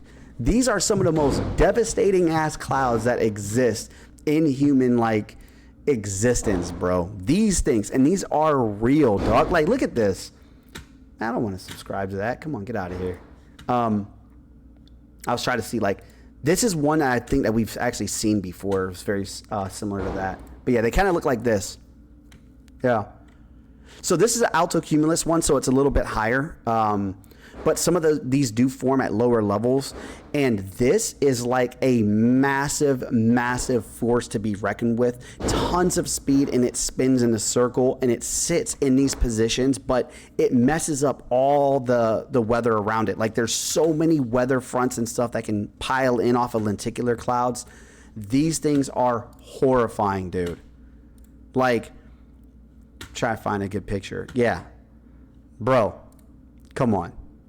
Like, this, hell no. So if you ever see those, man, stay away, bro. That's all you need to know. Lenticular, don't go near it. Don't fly anywhere near it, because it does have a massive like wind, and like even if you're very like downstream, I think they said up to like 40 miles or something you can be affected by a standing lenticular cloud. They look really funky. You won't see them too much unless you're in mountain ranges and stuff, but yeah, dude. Yeah, this is, these are crazy. These are real clouds too, man. This isn't AI. These are real cloud layers that form. Crazy stuff. But we'll go back to the actual aviation things. So for the most part, dude, METARs, TAFs are your big reporting things. Now, this, my friend, is one of my favorite things ever, because they used to have it to where you can do weather on top of it. That's world layers. Here you go. So this is what's kind of interesting. If you go to skyvector.com, they have a bunch of different things you can do, and you can pick different areas. I'll show you the place that we always used to fly, just because I know this route more than anything, is KMEM. So if we look at Memphis International, the first thing you can tell right off the bat when you look at a chart. So let's say that you're getting ready to do your plans, your flight plans, all that stuff. These like lines around it are very significant. If you see an airport, just remember this, bro. You see an airport that has these thick blue lines around it, this is a Class Bravo airspace, and they are going to be very strict. You cannot mess around too much if you're going into a Class Bravo airspace like this. So what that means is it looks like an upside down wedding cake. Class B airspace. So let's say that you go to a Class B airspace, right? It looks like an upside down wedding cake. Kind of looks like this. And I'm just going to skip through all this. Does it actually show? All right. Okay, so here you go. This is what's interesting about when you actually look at airspace, dude. Hell yeah, bro. All right. So this is what is so cool about this. And okay. Oh, that's so sick. I didn't know that they had it on there like that. Okay. I wonder, you guys are probably using Garmin's and stuff then in there too, right? Was it on the GPS? Do you remember if it was like on the GPS that they had? But it's cool because Class B airspace is a really weird one. Okay, hell yeah, dude. So Class B airspace, a lot of people get intimidated by it because, like I said, they're very strict, and it goes in different shelves. And it usually, around the surface of this, is surface up to 10,000 feet MSL. Okay, so if you go back to this chart, this shelf, like right here, like that first layer, you can kind of see that like circle, and that's going to be that first layer. Then it goes out to the second layer, and it's all broken into some weird Oh, excuse me. Yeah, so you can see how that shelf, like this one is a weird one, bro. It's broken up into this weird type of like shelf layer. Then it goes out again, and then it goes out even further. So it'll tell you exactly, you can go underneath this, you know, until like out here, if you're flying out here and you're at like 5,000 feet, you're not going to touch the airspace at all. You start getting near the airport over here, you're going to need to get into contact with them. But Memphis International is a very weird one, bro, because the airspace is super crazy, super hectic. And then we have this right here is another airport. It's called Olive Branch. This little dashed, like dotted line is the Class D airspace or Delta airspace. And it goes up to 2,900 feet indicated by this box right here. So most of them go up to about 2,500 feet, surface to 2,500. This one goes up to 2,900 because this shelf that's over here, it starts at 3,000 feet. So they kind of layered it. There's a 100-foot gap between where this airspace ends and the other one begins. But as you get more into like charting and stuff, you're going to be very familiar with how to look at these charts and read them. It might look confusing as hell. There's a lot of weird stuff going on with these charts. There's like some Class C stuff over here, like Holly Springs, some private airports or whatever. But that's all interesting. Like not too worried about all that. We can kind of skip that, dude. Yep. Yeah. So. Oh, bro, I'm about to hook you up, dude. I'm about to hook you up.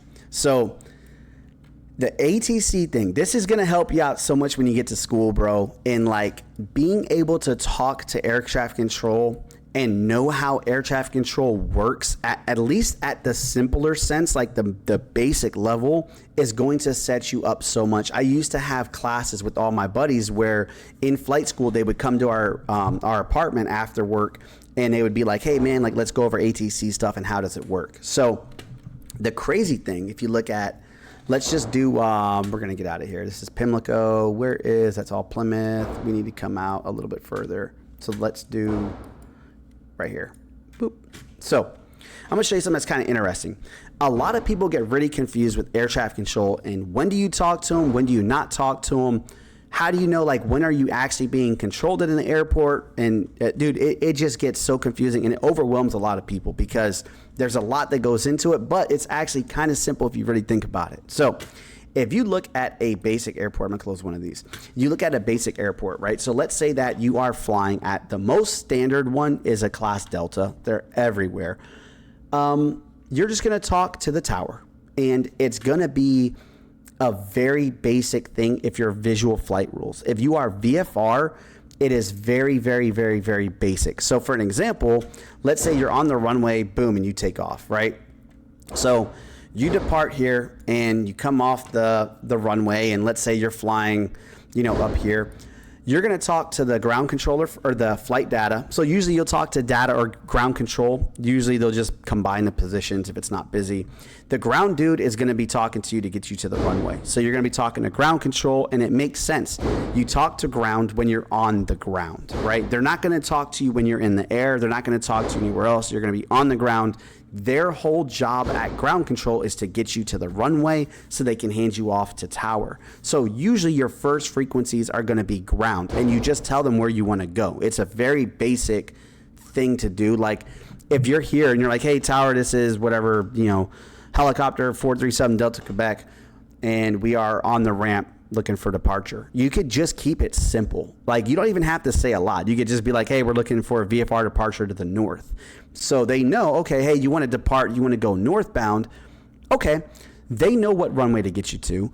They can direct you over there with very little anything, dude. They'll just pretty much tell you like specific taxi instructions.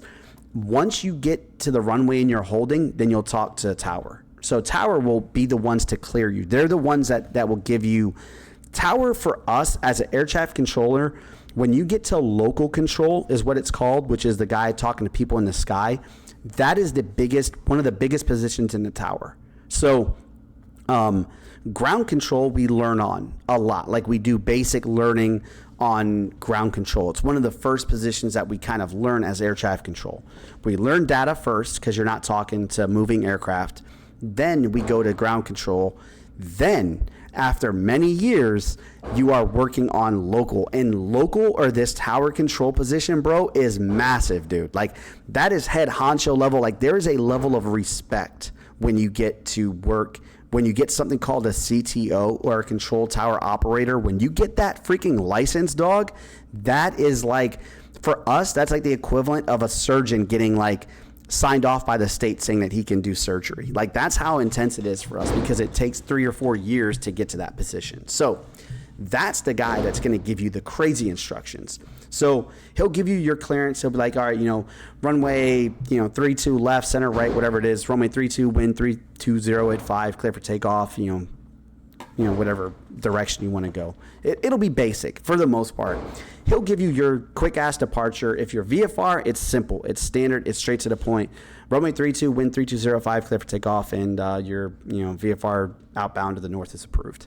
Whatever. It's nothing crazy. So once you leave and you're heading out, right, you know that you're going to be on tower's frequency because you are within that ring. So you know from the dead center where you are to the end, right when you start seeing that line pop up, usually the controller will reach out and tell you and say, helicopter 437 Delta Quebec, frequency change is approved, see ya.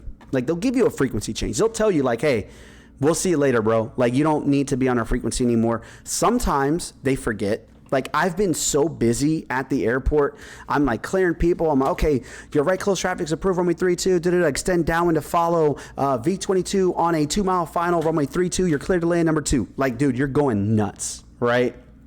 It's more hard to get that.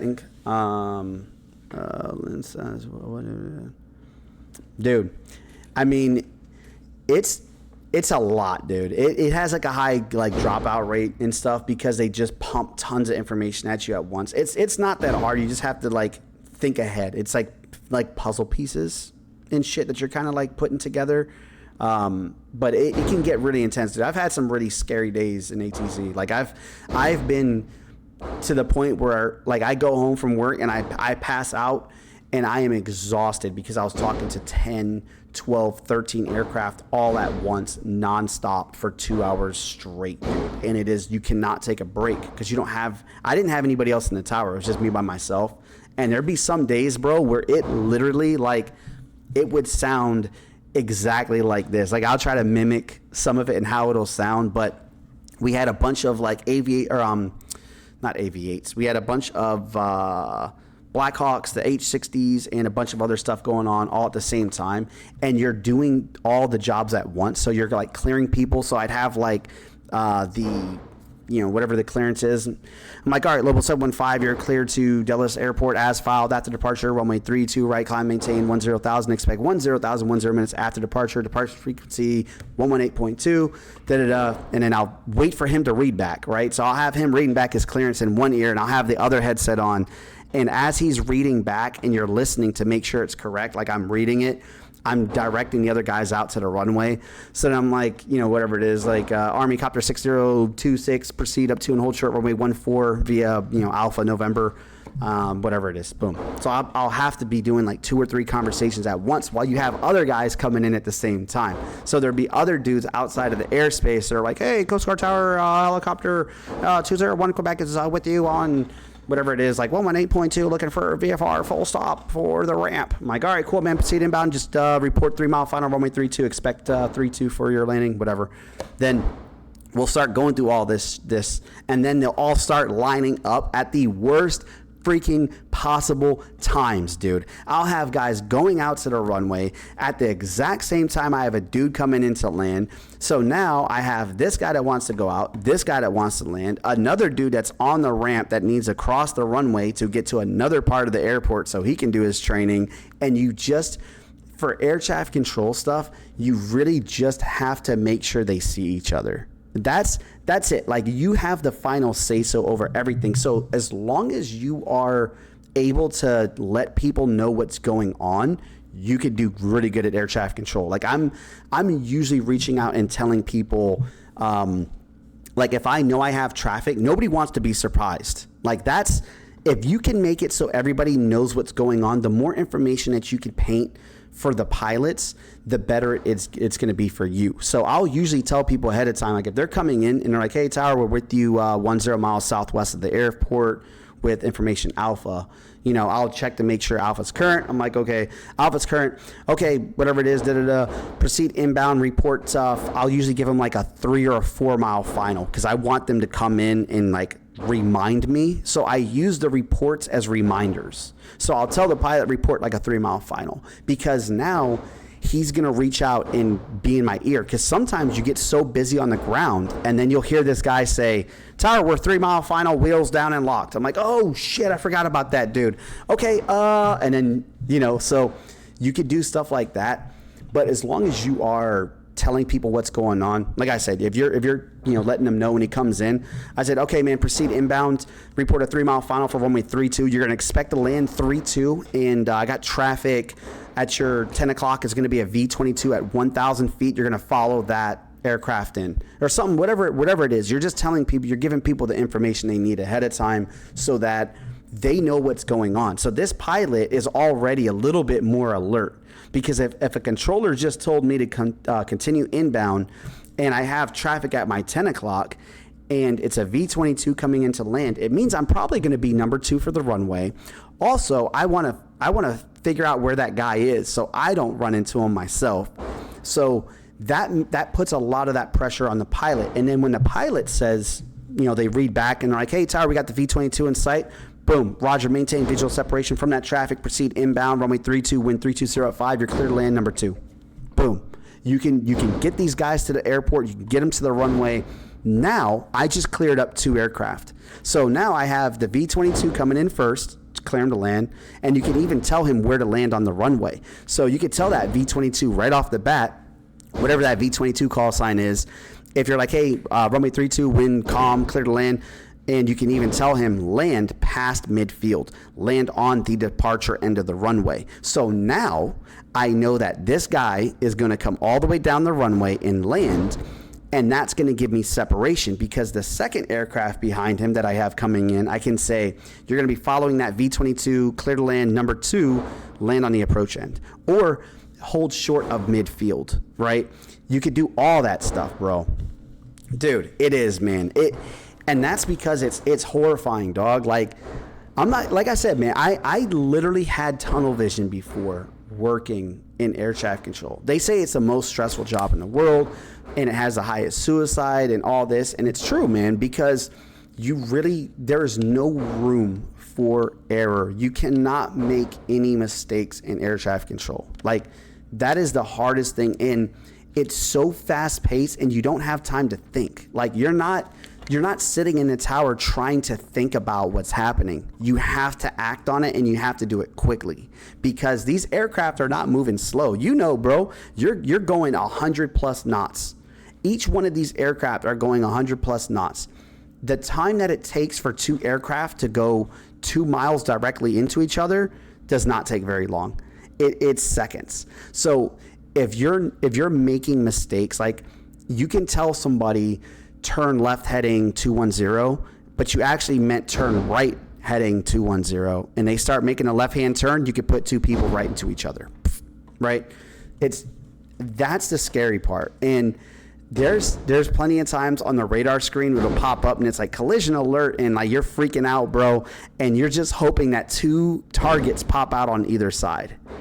So, I mean, there's been some days where I went home and I racked out, man. I was so exhausted. My mind was just spent from doing ATC. Scary shit. I think I could snooze this. But all right, so I snoozed it for 5 minutes. So give us a couple more minutes to chat before it does another ad thing. But yeah, man, it's kind of crazy if you think about ATC in itself. And if you can understand like how the air traffic controllers thinking and what they're doing in the tower, it'll make your life as a pilot better. So when I went to flight school, I was already air traffic controller for 6 years, dude. And my instructors at flight school would say, hey man, you handle the radios. Or they would even ask questions. He was like, why did you tell the air traffic controller that? And I knew all the behind the scenes of it. And you can do that too by learning ATC, because that's going to give you a leg up, dude. Even the instructors, bro, would ask questions about it, because you don't know these two worlds. Like air traffic controllers do not know anything about aircraft. Okay, so you know how on TV they're like, a air traffic controller helped a pilot land this afternoon. We don't know how to fly aircraft. That's not our job. I don't need to know that. As an air traffic controller, I do not need to know how to fly your aircraft. You fly the aircraft and I make sure that you don't hit anybody. Okay? And you know how to fly the aircraft and control it in however I tell you to fly it. That's kind of the agreement. The pilot says, okay, I trust you to get me from point A to point B without crashing into anything. And in return, I know how to fly this aircraft to any instructions that you give me, and I'll follow them. And that's the mutual bond that you have between air traffic control and pilots. But we don't know the capabilities of the aircraft. So if I tell you increase speed to 0 knots and you cannot do that, I don't know unless you tell me. So people, especially when they first get to flight school, are terrified of talking to air traffic control. Everybody's scared of air traffic control, bro, because you don't want to get in trouble. Like, you don't want to do something wrong with these guys that are very serious. Like, air traffic control is a very serious thing. When you hear them talking, they're usually very serious. And if you start messing stuff up, they are going to call it out immediately. Like, they don't wait for you to make a mistake, because that's on them. If you start a turn that you're not supposed to do, or you're going somewhere where they do not know what you're doing, if they're like, hey, fly heading 210, climb maintain 2000, and you start turning, or you're waiting, you keep flying straight for a little bit, they'll reach out again within seconds and say, I don't know, they'll be like, turn right heading 210 immediately, or expedite. And you'll start hearing those terms come in. You'll start hearing them get more like on you, because they want you to follow that instruction quickly. Turn 210 immediately. That means that you're probably going to hit somebody and you need to turn the aircraft immediately. And that controller is not going to wait until a situation exists. They're going to try to prevent it. So they'll tell you, turn right heading 210, climb maintain 0, or climb and maintain 2000. You read it back. Roger Tower, we're turning right 210 up to 2000. Okay. I'll give it a couple seconds, and if I don't see that target start moving, I'll reach back out, whatever the call sign is, turn right heading 210, climb and maintain 2000, expedite. Okay, I'll give it a couple more seconds. If they're not getting that turn, whatever it was, like Delta Airlines, turn right immediately, heading 210, climb and maintain 2000. Like, they'll start picking up their voice, and it is intimidating, dog. Like, it is not a good feeling. And I think a lot of my buddies in flight school quit because talking to air traffic control scared the hell out of them. And I don't blame them. It's scary, but once you realize why they're doing it and what's going on, it gives you the full picture. Because, like I said, that controller, they're not there to be assholes or do whatever. They just want to make sure you're getting to and from safely. And they don't want conditions to happen. So they want you to be able to fly that aircraft to what they want. But like I said, they don't know the specifics of the aircraft. They don't know the performance. Like, I don't know how fast your aircraft can fly. I don't need to know that because I'm not flying it. So if I tell you proceed, or if I tell you like increase speed to 0 knots and continue heading whatever it is, then if you can't do that and that aircraft isn't capable, you could tell the pilot that. You could tell the controller, hey, we're unable to do 200 knots. We could do 160. Okay, Roger, fly 160. Just increase that max speed. I'm going to have you guys coming out. I'm going to snooze one more. I could do one more snooze after this. But people get so scared to talk to air traffic control like normal. Like, you could talk like a normal person and tell them these things. My buddy one time got yelled at by air traffic control, and I was in flight right behind him. Dude, I was crying laughing. He got his ass chewed out on the radios because the controller told him, I forgot what it was. I think increase his airspeed. So he had maxed out his airspeed. Okay. So he's pulling maximum power. We cannot go any faster than what we're doing. And the controller told him to increase his airspeed on the way out of the airspace. So he's like, hey, helicopter, like 7 Delta Quebec, I need you to increase your airspeed and, expedite your departure out of the airspace. Whatever it was. Okay. So instead of telling the controller, and just saying, hey, tower, we're going as fast as we can or whatever it is. He's like, tower, we have 24 on our manifold pressure is already showing 24 or some shit like that. Dude, the controller doesn't know what that means. So the controller was like, what did they say to him? He's like, you need to increase your airspeed immediately if you're not going to follow instructions. And like got pissed. And he was like, tower, we're at 24 manifold pressure. And I wish I was in the bird with them. I'm like, dude, just tell them you can't go faster. Like just tell them in plain terms. And bro, he got his ass chewed out. They had him call the tower and he got yelled at by him. It was great.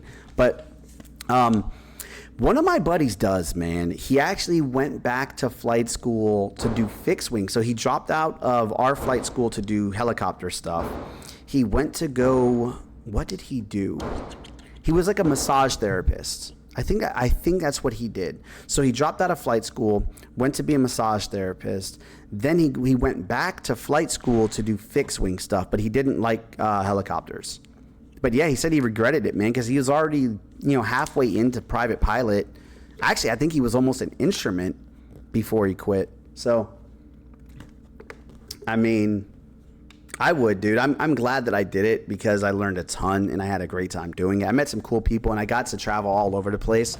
One of my favorite things, and you're going to do this more than me. I'm not going to have the ability to do this like you guys because we were helicopters, so we're limited in how far and how fast we can fly. But this is the coolest shit. Let's say we're going to depart KMEM. And Tupelo, I think it's just KTUP. Is it Tupelo? Yeah, Tupelo. Okay, let me show you this, bro. This is one of the greatest things ever, dog.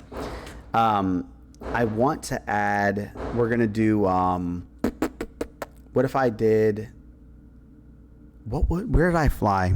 Not Olive Branch. Oh, that's what it was. KAWM to Tupelo.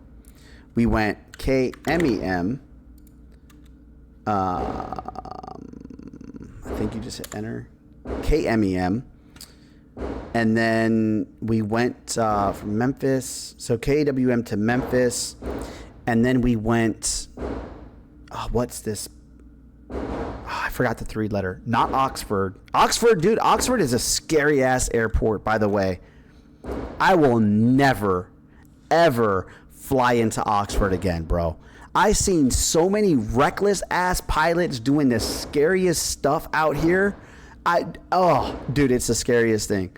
They were cutting each other off, and dude, they almost had like 2 accidents like on the runway. Dude, it was nuts. Where did we go? Fayette. I didn't go up to Fayette. Where the hell was it? Nope. No, not Jonesboro. It wasn't Dyersburg. Where the hell did we go?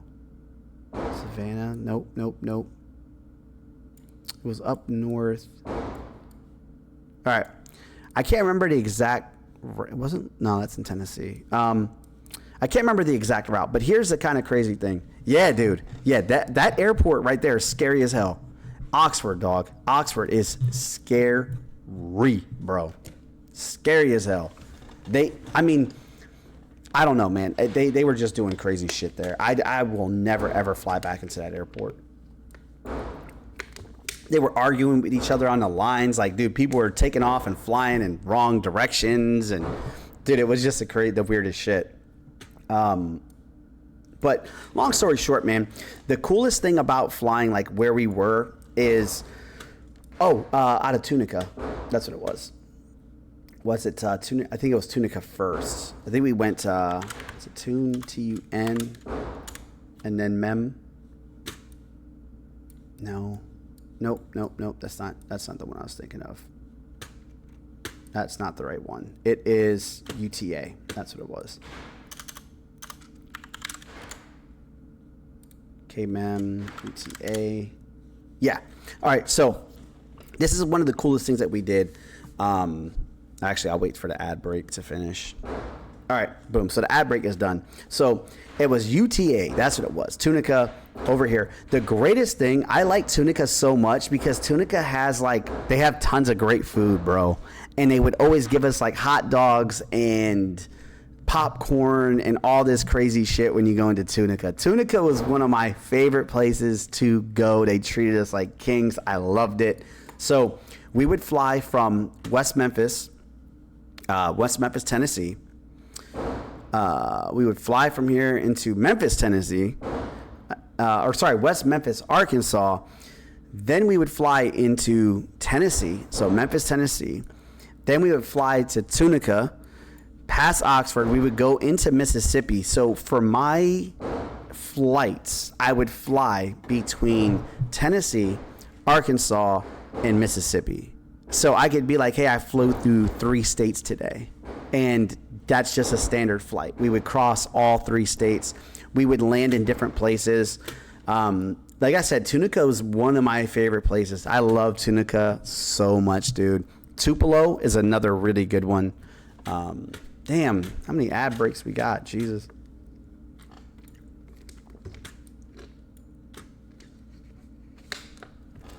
I'll wait for that ad break to finish up.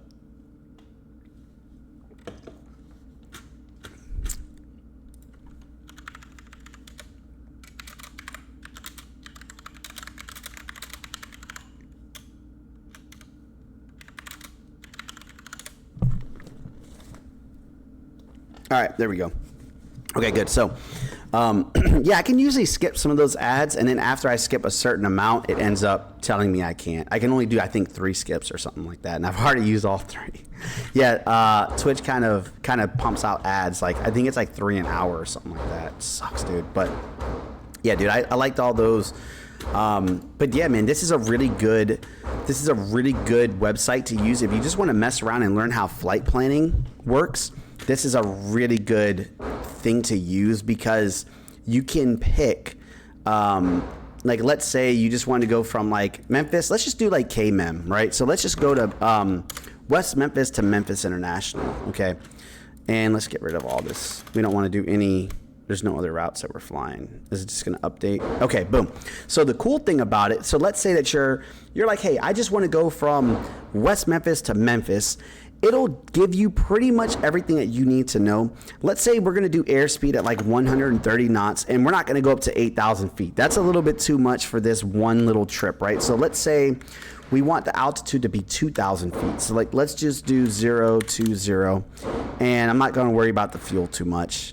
Fuel doesn't really matter, but let's say you go to the nav log. Nav log and the briefing log are 2 little bit different things. This I hated so much. I hated learning this so much. This I did not like at all. This, I'm going to try to remember some of it. Okay, this is wrong, but that's one other thing. So what's kind of interesting about this is what your flight plan looks like if you're going to be setting it up this way. Most of the time we didn't do a flight plan like this because it didn't really make sense.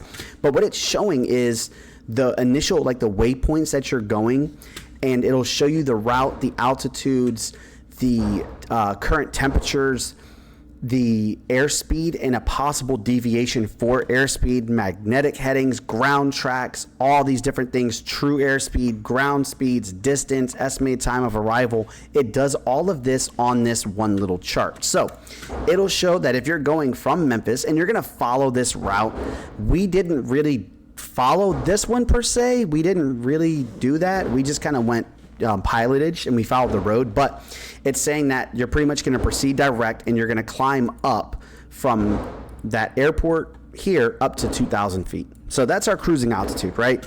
So this little arrow is direct to Memphis because we're going straight to Memphis and we're climbing up to 2,000 feet. If it's climb and maintain, it'll usually have a line underneath it or like in a box. So it'll show you your initial direction. right? So your direction of like 081, and this is a temperature outside.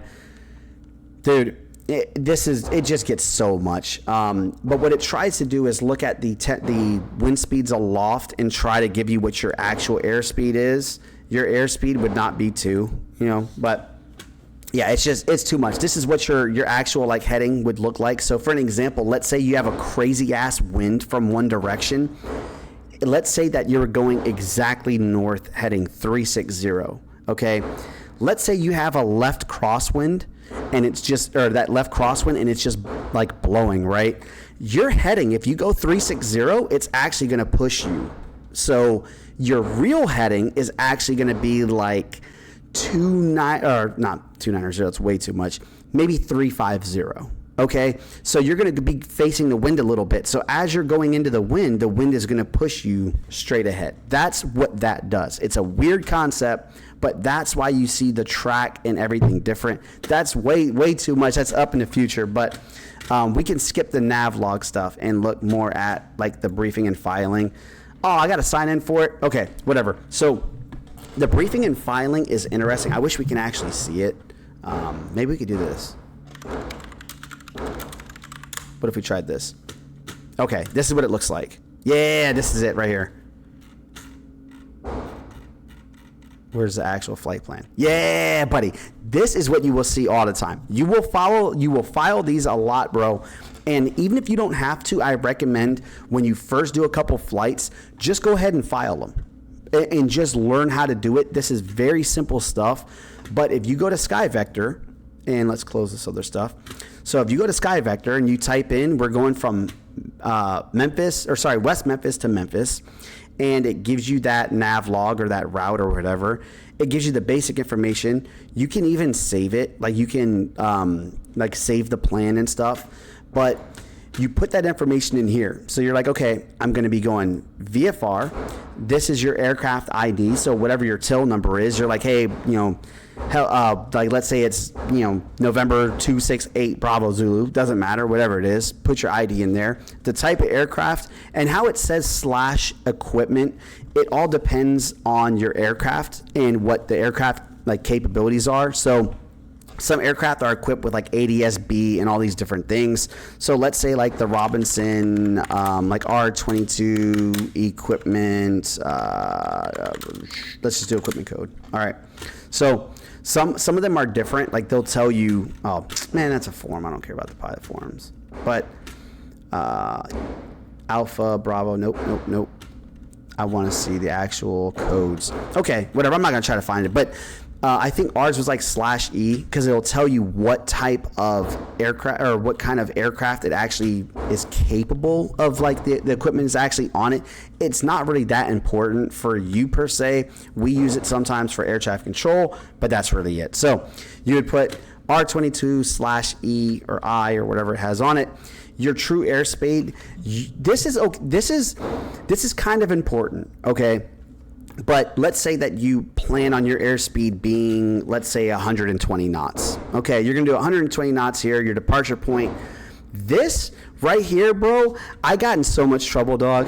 I'm going to tell you my story real quick. Before we end it, I'll tell you why this is important for having the actual time of departures correct. Because this right here, if your departure time, let's say that you say, we're going to depart at 200 Zulu. Okay. That's when you plan on departing, and you put the actual time in, whatever. When you activate a flight plan, so whenever you depart, okay, you go out and the air traffic controller tells you squawk, whatever it is, and you fly this actual flight plan. In the system is automated. It will know that you departed at that time. You left and you entered radar at 200 Zulu, okay? Then it says your estimated time en route. Let's say it's 1 hour and 30 minutes. 1 + 30.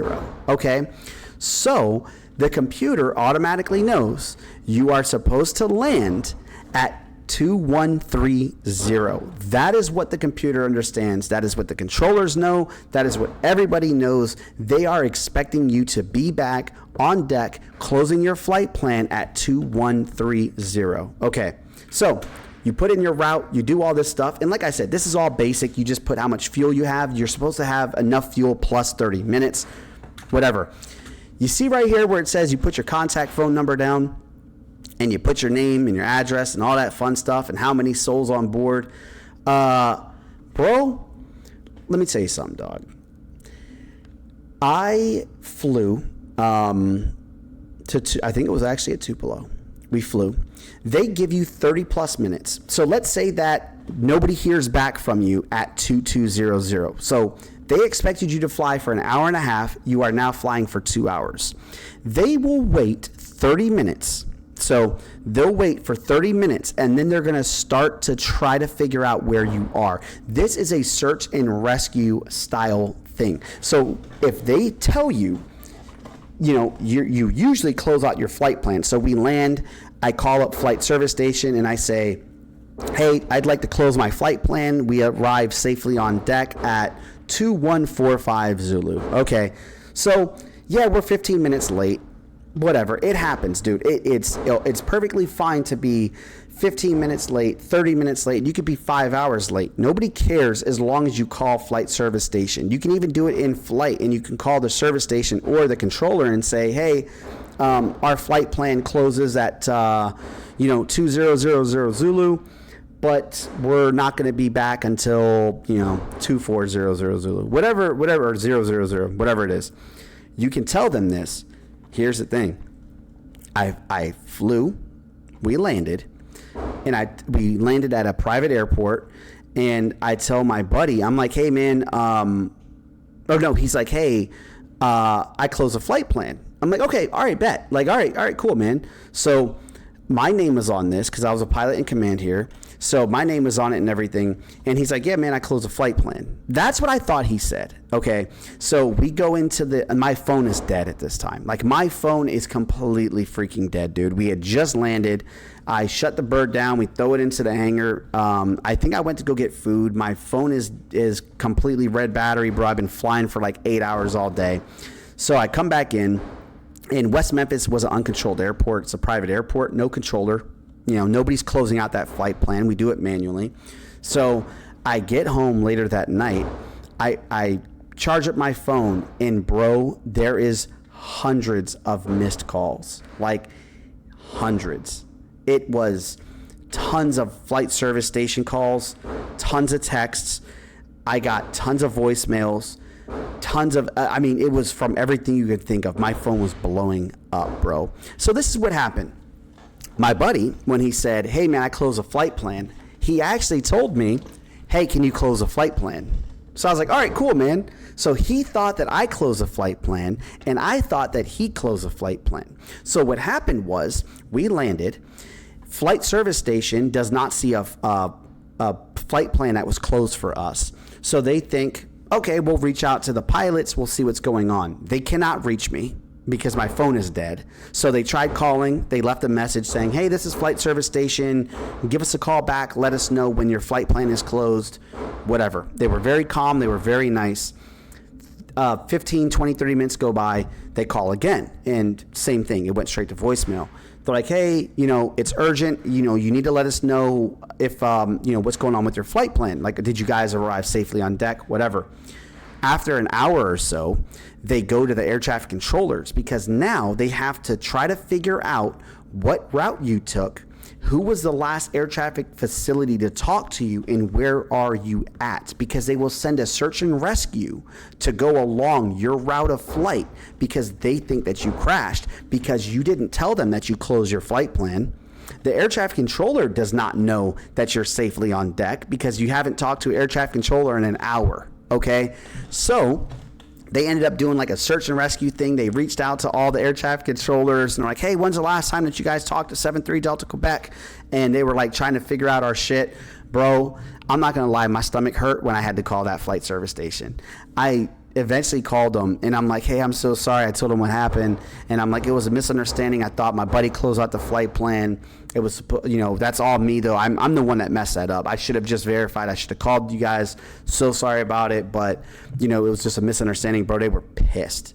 That dude, like, he didn't cuss me out, but he might as well have. Because he's like, He's like, the resources that we wasted on this, and that dude, he made me feel so horrible. So it does happen, but remember, bro, it is very important. That's the back end of what happens on flight plans like this. A lot of people don't know that. Like, a lot of pilots don't really know 100% how that works. But from a controller perspective, that's what happens for us. Flight service station will call us and say, hey, did you guys talk to Delta Quebec?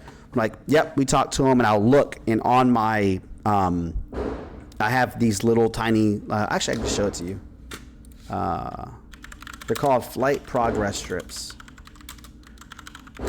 So these little green things right here. This, boom. I'll just bring back some memories seeing this. So these are called flight progress strips. And this tells us all the information we need to know. So when we type this in the computer, and you, like, let's say you file that flight plan, right? Let me close out all this other stuff. So let's say you file this flight plan, right? Before you depart by about 20, actually I think it's 15 minutes. I could be wrong. It's either 15 or 30 minutes prior to you departing. This prints out in the tower. So, dude, this is like a master class in air traffic control and pilot shit. This is so much, dude. If you go to flight school with this, you're gonna blow people's fucking minds, because this is air traffic control stuff too. Okay, so 15 to 30 minutes prior, these print out. You'll hear it. It's like, and it prints it. This is actually a laser burned, like the paper is green and it has like a black thing on it, or it's just green, but the printer burns this, so it's actually burned. It's kind of cool. So this is the call sign. This is a type aircraft, and you remember I said here you put type of aircraft / the equipment ID. That's what this is right here. So B, the Boeing 733 / Juliet, that's their equipment code. And this is the strip number. This doesn't mean anything aside from if, like, let's say there's an aircraft accident or something like that, and I say, oh, it was on, this number here. Instead of looking up the call sign, I just look at the number. It's just an easy way for us to track the numbers. That's all that is. Don't worry about that. This is your altimeter, or this is your squawk. So we would tell you guys squawk 2601, right? This is that departure time. So you told us that you're leaving at 0259. That's what I'm showing here. You should have left on this time, or at least around that time, and then we can update it on our end. So controllers can change this on the fly. If you're sitting on the ground and you can't depart, you can tell the controller that. You could say, hey tower, just want to let you guys know we'd like to change our proposed departure time. That's what this P is. Tower, we'd like to change our proposed departure time to 0310. Whatever it is. You don't even need to give them a reason. They don't care. I go to the computer and I just do my / I just change the proposed departure time and hit enter. And then a new strip will pop out when it's 15 to 20 minutes prior to that one, or 15 to 30 minutes. So don't worry about that. This up here, PHX, is the departing airport. This is where you're leaving from. So this is where you're at. So they're leaving from Phoenix or whatever this airport is. And this is the route. This is a complicated route. Okay, the plus is up here.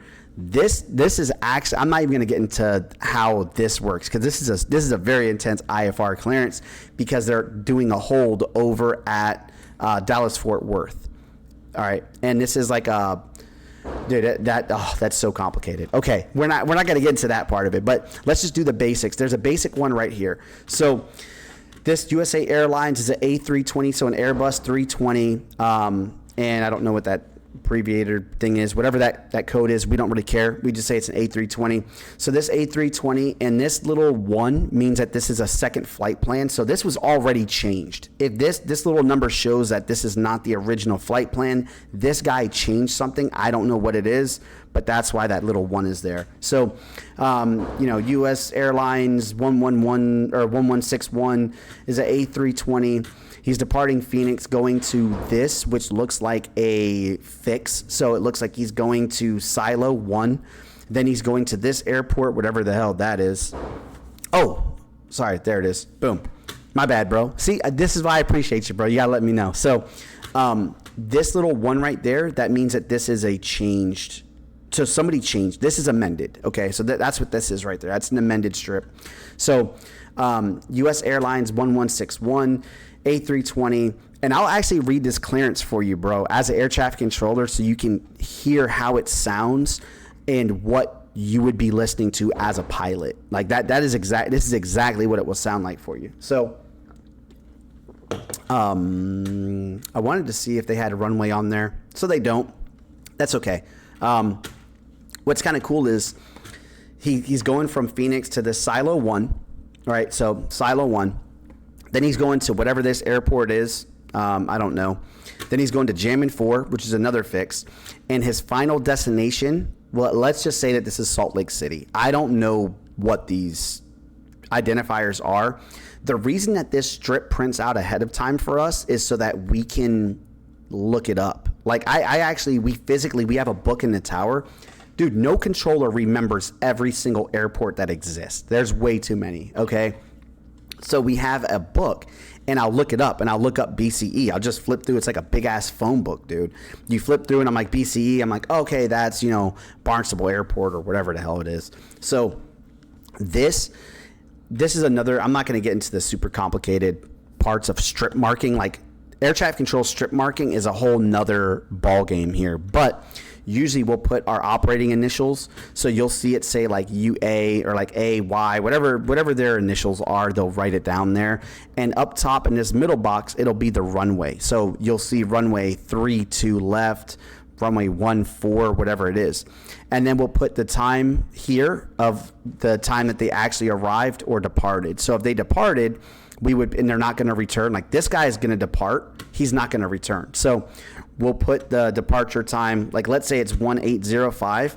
I'll put 1810 when he actually left. Okay. So that's how this works. And then in the system, after he departs, we would put in a departure message is what it's called. You remember I said that we use these codes right here, 497? We do something called a departure message. And it's literally DM space 497. I just put this code in right here, and I just put DM 497, enter, and walk away. And now it tells that computer, this U.S. Airlines dude, this dude left at the exact time that I entered that departure message. You can even change it. So let's say that I'm busy in the tower. I'm super swamped. I have 10 different aircraft. I don't know what the hell's going on. I need to change that departure time. He left 15 minutes ago, and I forgot to update it. I can put DM space, the actual time he left, so 1815, enter. So this, I don't know what this one actually means. Like, I don't know if this means that this guy either postponed it. Let me actually look what that P means. Flight strip marking P. Some of these are, all right, nope. I want to see if I can actually find the P on there. Strip marking. So let's see, where is P? These are en route stuff. Perfect. I want to see what that actual, so that's the code. Indicator. So this is, so block 18, 10 to 18. Okay, so that's radar specific. So that block 18, I'm going to see if they actually have the code for it.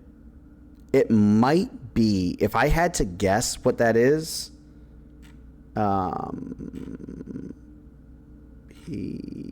nope, definitely not that. Okay, if I had to guess what that is, sometimes the individual radar strips, the individual radar facilities, they use these strips a lot more than we do in the tower. Like, they have their own markings, and I only have my basic radar qualification, so I did a little bit of flight data downstairs. But what I think that is, it's not precision, or it's not a proposed departure. I don't know, man. It has to be something that's going to be specific to that radar facility. Like, whoever's handling this, I mean, it could be proposed. but the proposed departure time is here. So like proposed at 1703. Dude, I'm curious as hell. Let me see. What does a P in block 18 of a flight progress strip mean? Is it like dude, this is so... All right. Departure runway.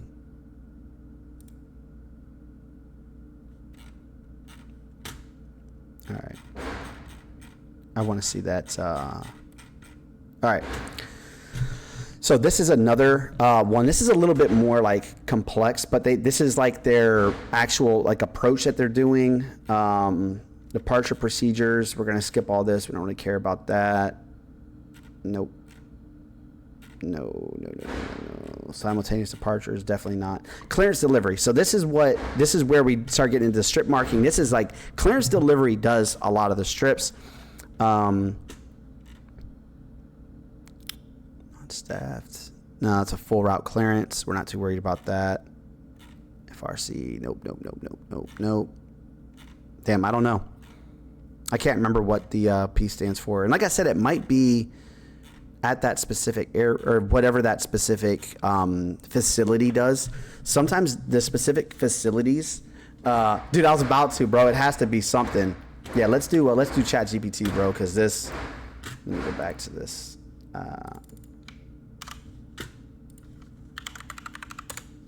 And we'll just do a new chat. Boom. Pushback time. Okay, that's why I didn't know what the hell it meant.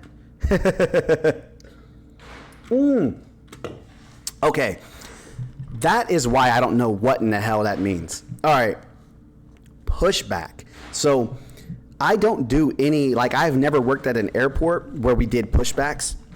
That's more commercial. So if you work at like a commercial airport like Memphis International that does like at the gates, like they'll have certain times that aircraft will have to get pushed back and they'll actually go to the different like hangars or however that works. I'm not 100% with pushback times.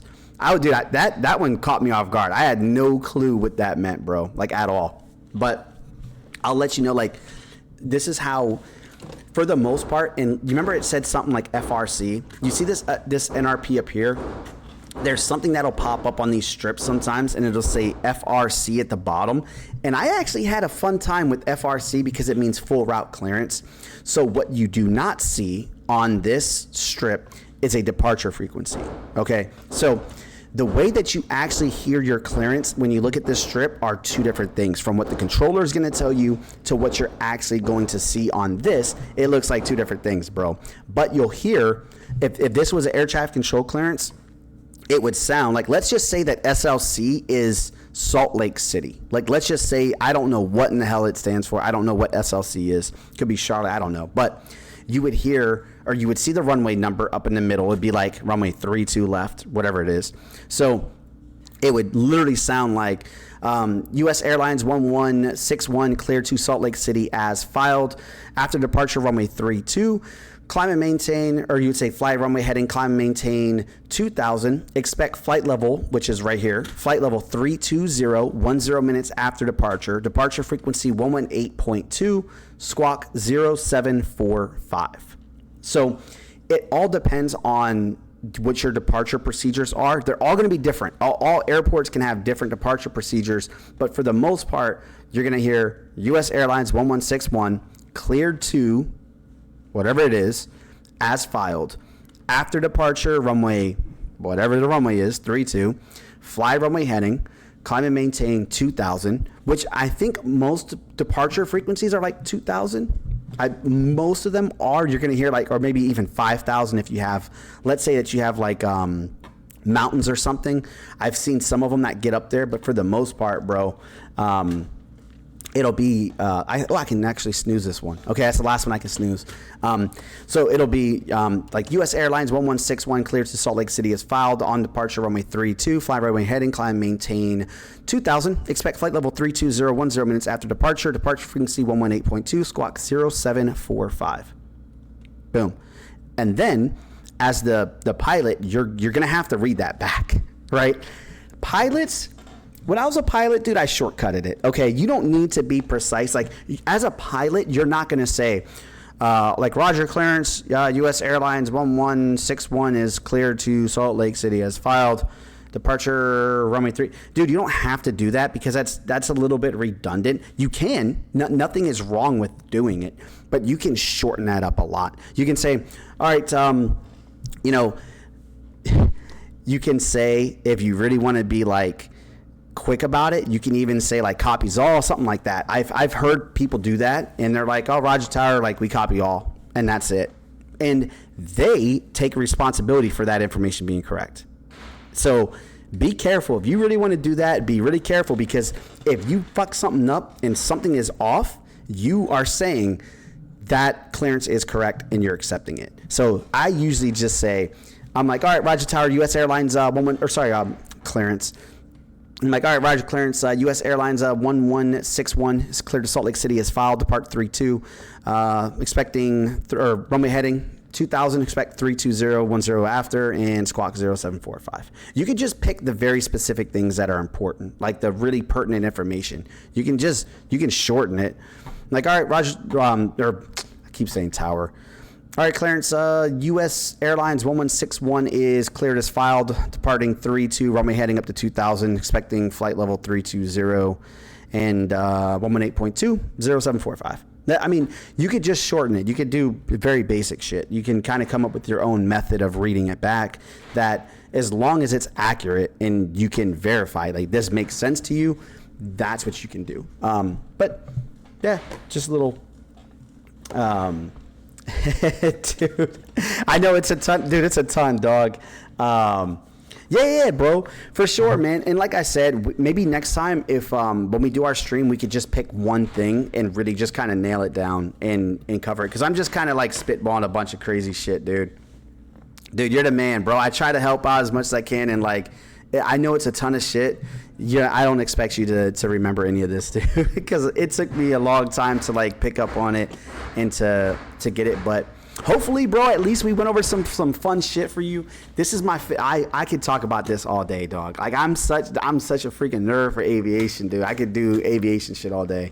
But yeah, man, I'm actually gonna call it too. I was gonna call it at like 3, but I stayed on an extra hour and some change for you because you were on here, so that we can get this in and we could talk aviation stuff. And it makes a lot more sense because I can show you on screen and we can go over different things that make sense. And then I learned something today, bro. Pushback.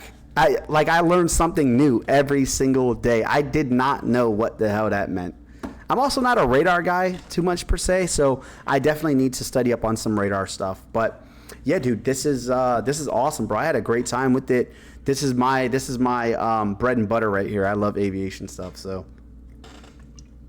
we'll do more aviation focused streams, I think, too. I'd have some fun with that shit. But all right, man, I'm gonna call it a stream for today.